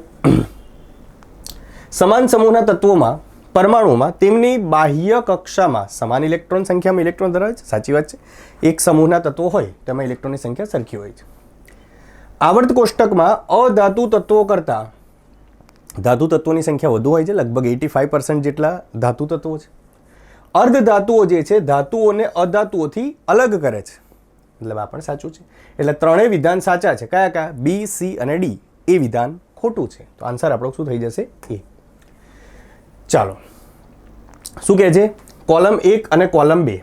બરાબર. કોલમ 1 અને કોલમ 2 આપણને જોડવાના છે. ચાલો, સૌથી પહેલાં વાત કરીએ તો સલ્ફર જે છે એ S- બને છે. ઇલેક્ટ્રોન પ્રાપ્તિ એન્થાલ્પી મોટા ભાગના બધા જ તત્વોની, બેરિલિયમ, નાઇટ્રોજન, મેગ્નેશિયમ અને નિષ્ક્રિય વાયુ સિવાય બધાની જ કેવી હોય છે? ઉષ્મા ક્ષેપક.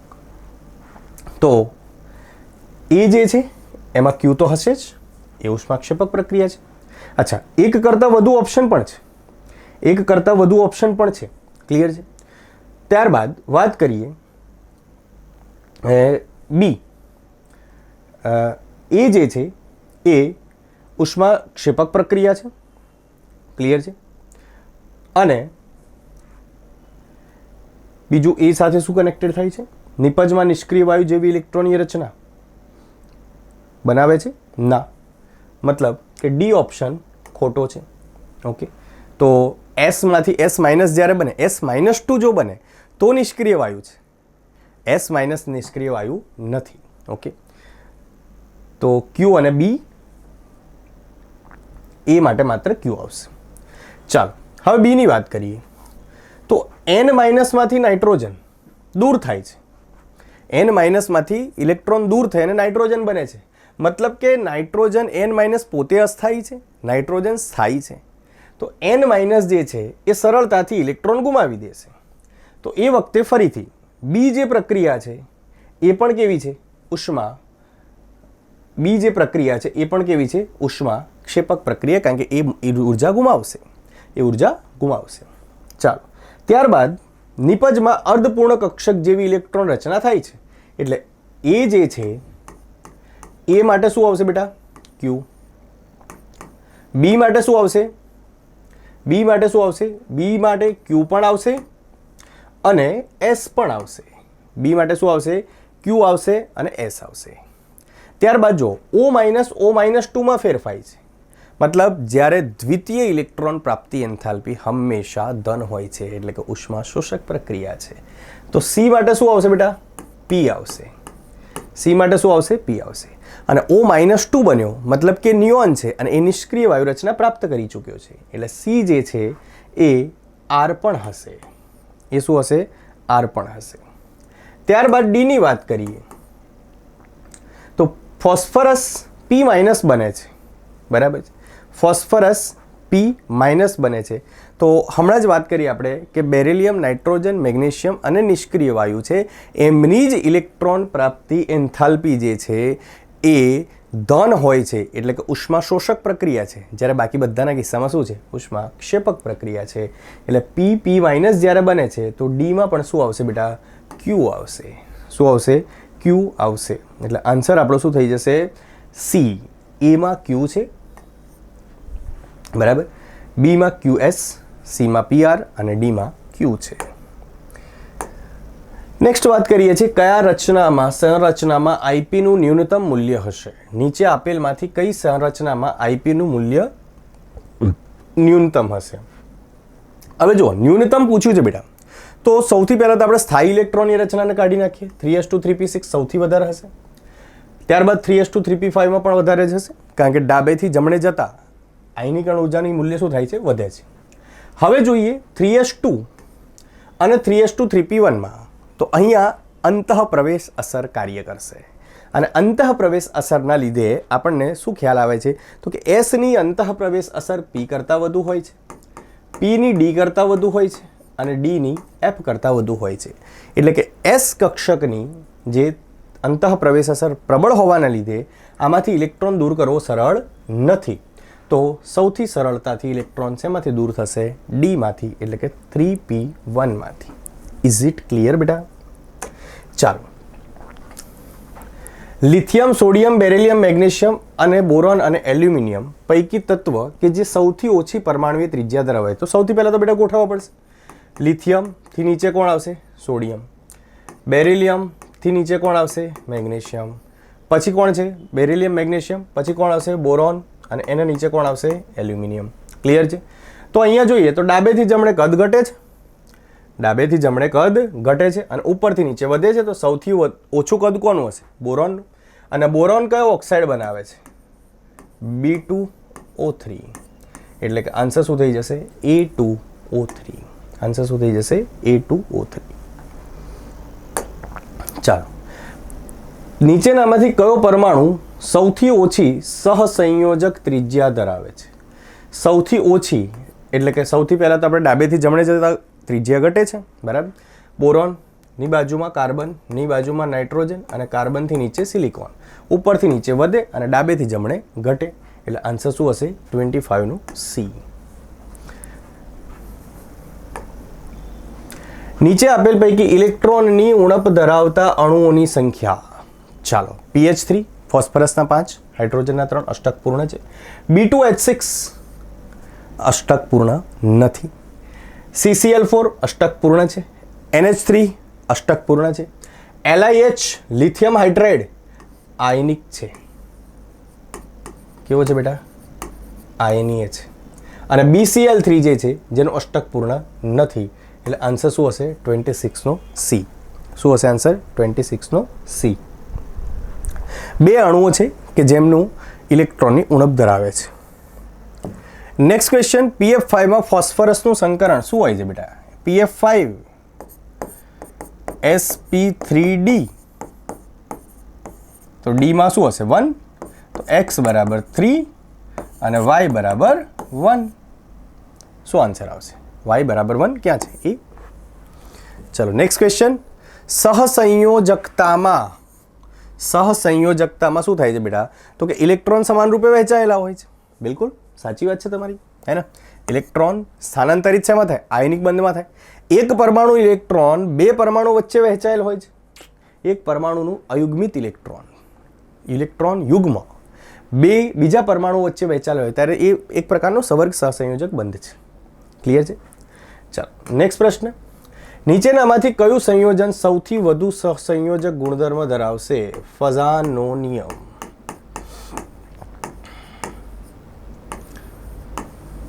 બરાબર છે.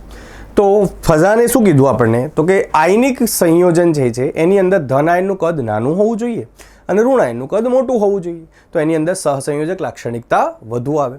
તો અહીંયા ધન આયન તો એક સરખો છે લિથિયમ, પરંતુ જો આપણે જોઈએ તો F minus, Cl minus, Br minus અને I માઇનસ, એટલે ઉપરથી નીચે તરફ જતાં કદ વધે છે.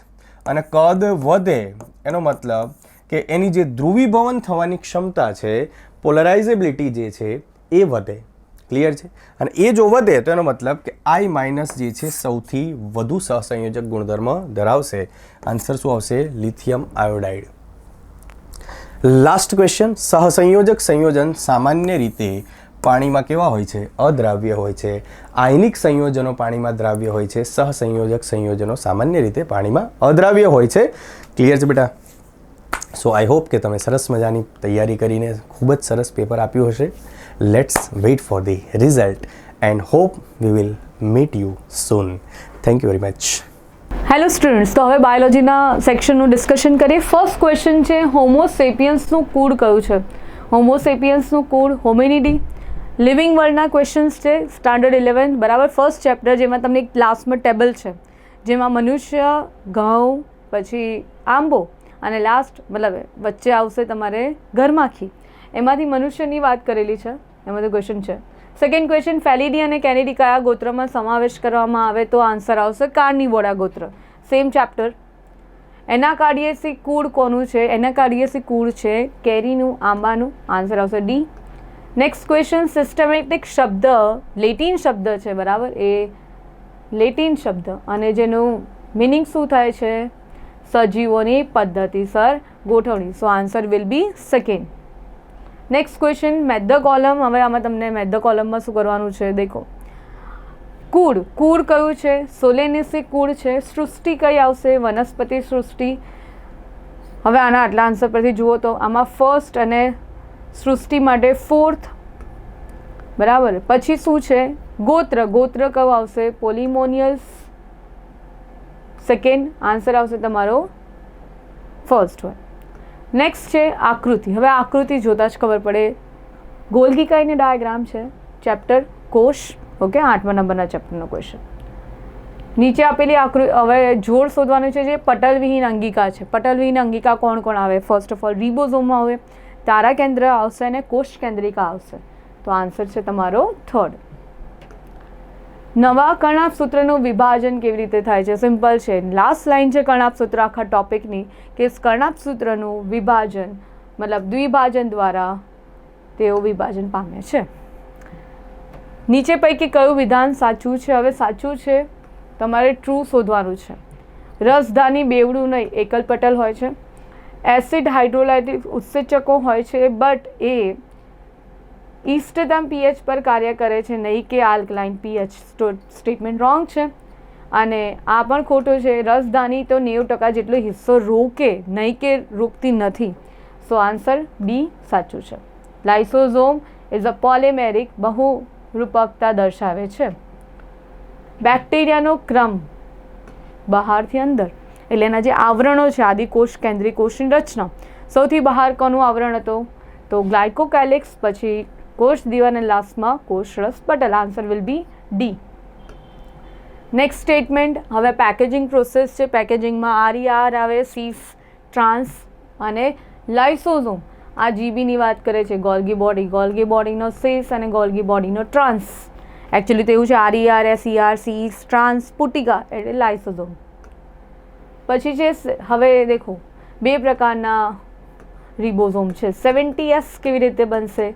તો 50 + 30 અને 80S કેવી રીતે બનશે? તો 60 + 40. So answer will be B. Next છે નીચેનાથી કઈ અંગિકાને અંતઃપટલનો ભાગ માનવામાં આવે છે?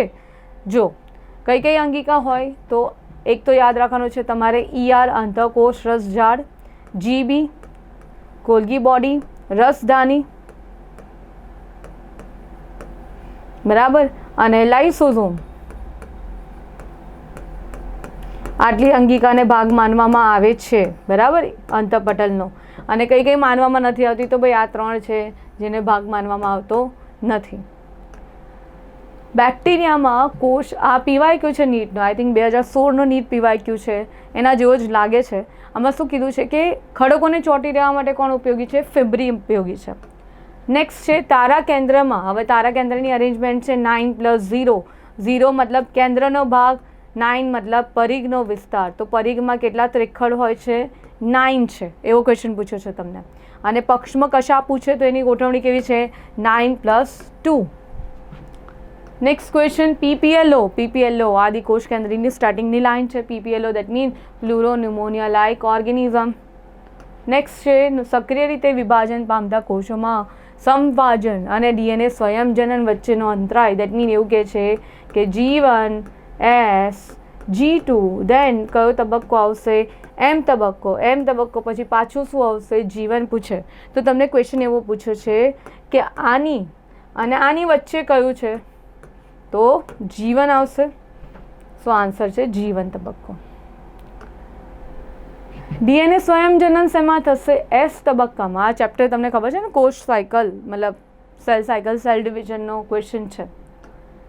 કોષ ચક્રના વિરામી તબક્કા વિશેમાં ચલો પહેલું સ્ટેટમેન્ટ છે વિરામી અવસ્થા વિશે. આ તબક્કામાં કોષો ઝડપથી વિભાજન થાય નહીં. ભાઈ સક્રિય રીતે વિભાજન નથી પામતા, ખાલી સક્રિય હોય છે. પછી છે નિષ્ક્રિય તબક્કો, પરંતુ કોષ ચયાપચય રીતે નિષ્ક્રિય નહીં, સક્રિય રહે છે. સ્ટેટમેન્ટ એક વર્ડ ખોટો છે. અને પ્રસંગોપાત હોય તો જ વિભાજન દર્શાવે. Absolutely right. આન્સર આવશે 3rd. સિનેપ્સ સમજાત રંગસૂત્રની જોડી દ્વારા રચાયેલા સંકુલને શું કહેવામાં આવે છે? દેખો હવે રંગસૂત્રની વાત કરીએ તો દ્વિસૂત્રી, રંગસૂત્રિકાની વાત કરીએ તો ચતુસૂત્રી. તો આન્સર આવશે A અને B બંને. નેક્સ્ટ છે અર્ધીકરણ 1 અને અર્ધીકરણ 2 વચ્ચેના સમાન લક્ષણ શું છે?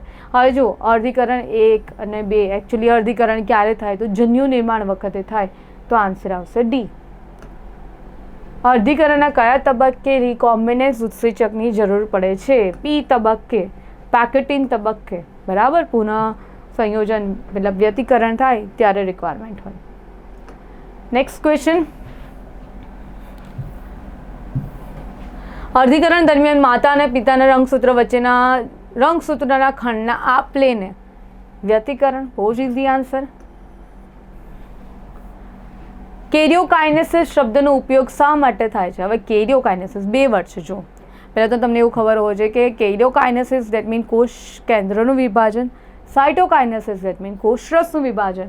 તો આમાં શું આવશે? કોષ વિભાજન દરમિયાન કોષ કેન્દ્રમાં થતો ફેરફાર. So answer will be D. Match the column. હવે મેથ ધ કોલમમાં જુઓ લેપ્ટોટીનમાં શું થશે? રંગસૂત્ર લેપ્ટીન દેટ મીન દોરીઓ જેવા દેખાશે. ઓકે, તો 1 નો 4 કેટલા ઓપ્શન છે? એક જ ઓપ્શન છે. ખતમ. આન્સર આવશે તમારો ફર્સ્ટ. હવે ઝાયગોટીનમાં તમારે જોવું હોય તો પછી આપણે આખું મેચ કરીએ. ઝાયગોટીનમાં શું થશે? સિનેપ્સિસ થશે. પેકેટીનમાં શું થઈ જશે? પુનઃસંયોજિત ગંઠિકાનું નિર્માણ થશે. ડિપ્લોટીનમાં શું થશે? સસ્તિક ચોકડી. ડાયકાઇનેસિસમાં કોષ કેન્દ્ર પટલ અદૃશ્ય. વ્યતિકરણના પૂર્વાશય 1 દરમિયાન સમજાત રંગસૂત્રો એકબીજા સાથે જોડાયેલા હોય છે. દ્વિસૂત્રી. દ્વિસૂત્રીમાં શું વાત થઈ હતી? 2 રંગસૂત્ર હતા, એટલે કે 4 રંગસૂત્રિકા હતી, 2 સેન્ટ્રોમિયર હતા. તો આન્સર શું આવશે આમાં? સેકન્ડ. 4 અંગસૂત્રિકા, 2 સેન્ટ્રોમિયર. કેટલાક સજીવોમાં જ્યારે કોષરસ વિભાજન પછી કોષ કેન્દ્ર વિભાજન નથી થતું. સ્ટેટમેન્ટ ખોટું બોલ્યા. આમાં લાઈન એવી લખી છે કોષરસ વિભાજનમાં કોષ કેન્દ્ર વિભાજન થયું પરંતુ કોષરસ વિભાજન થતું નથી. ઓપોઝિટ બોલ્યા. અને પ્રાણીઓમાં કોષરસ વિભાજન કોષ દિવાલમાં ખોટું. પ્રાણી કોષમાં તો કોષ દિવાલ ગેરહાજર છે. તો આન્સર શું આવશે? બંને સ્ટેટમેન્ટ ઇનકરેક્ટ છે. તો આન્સર વિલ બી સેકન્ડ. પછી છે એમ તબક્કો એ વાસ્તવિક કોષ વિભાજન રજૂ કરે છે. ટ્રુ. અને એમ તબક્કો એ 2 આંતરાવસ્થા વચ્ચે, તમે સમજો આપણે આવું ભણ્યા હતા, આંતરાવસ્થા પછી એમ તબક્કો પછી પાછી આંતરાવસ્થા પછી એમ તબક્કો. તમને એવું પૂછ્યું છે તો 2 ક્રમિક આંતરાવસ્થા વચ્ચે શું જોવા મળે? તો 2 ક્રમિક આંતરાવસ્થા વચ્ચે તમને શું જોવા મળ્યું?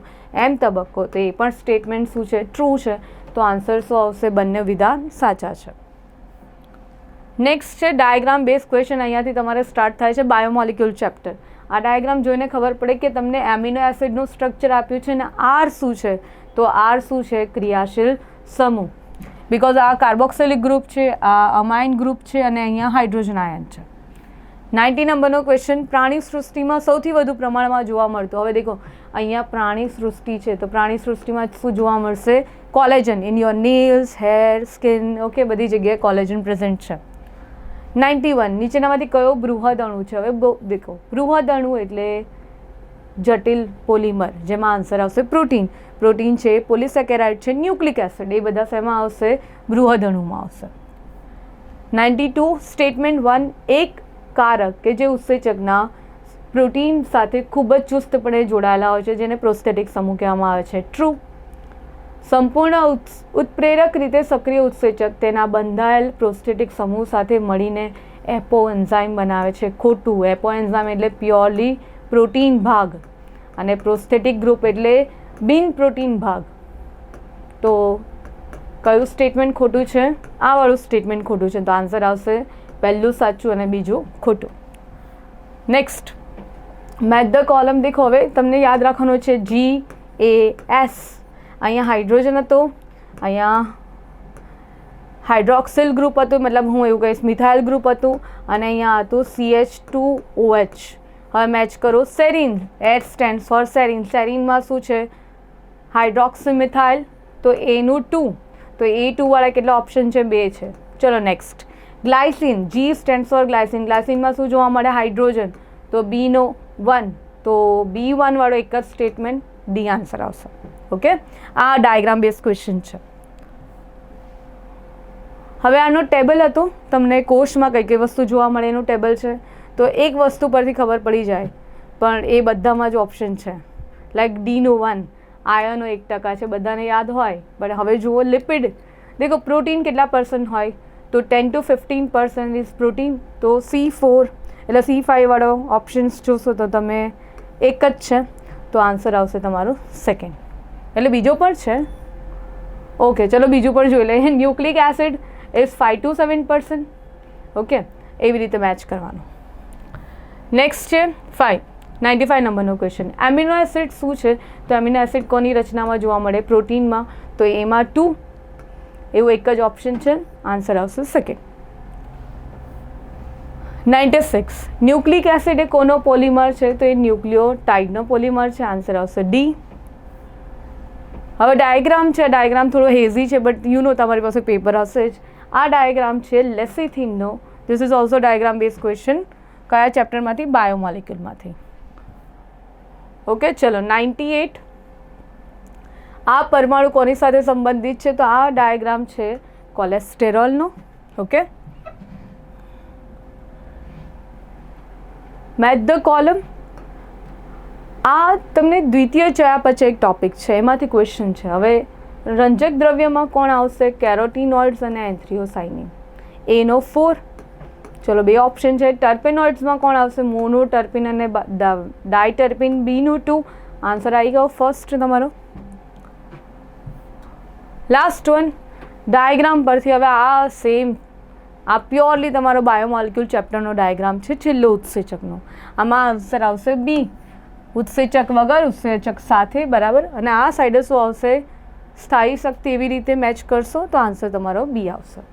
હવે તમારે કમેન્ટ સેક્શનમાં તમારા ટોટલ માર્ક્સ કેટલા છે, બરાબર, એ તમારે જણાવવાનું છે. ઓકે. અને વિડીયો જો ગમ્યો હોય તો વિડીયોને લાઇક કરો, શેર કરો અને અમારી ચેનલને સબસ્ક્રાઈબ કરજો.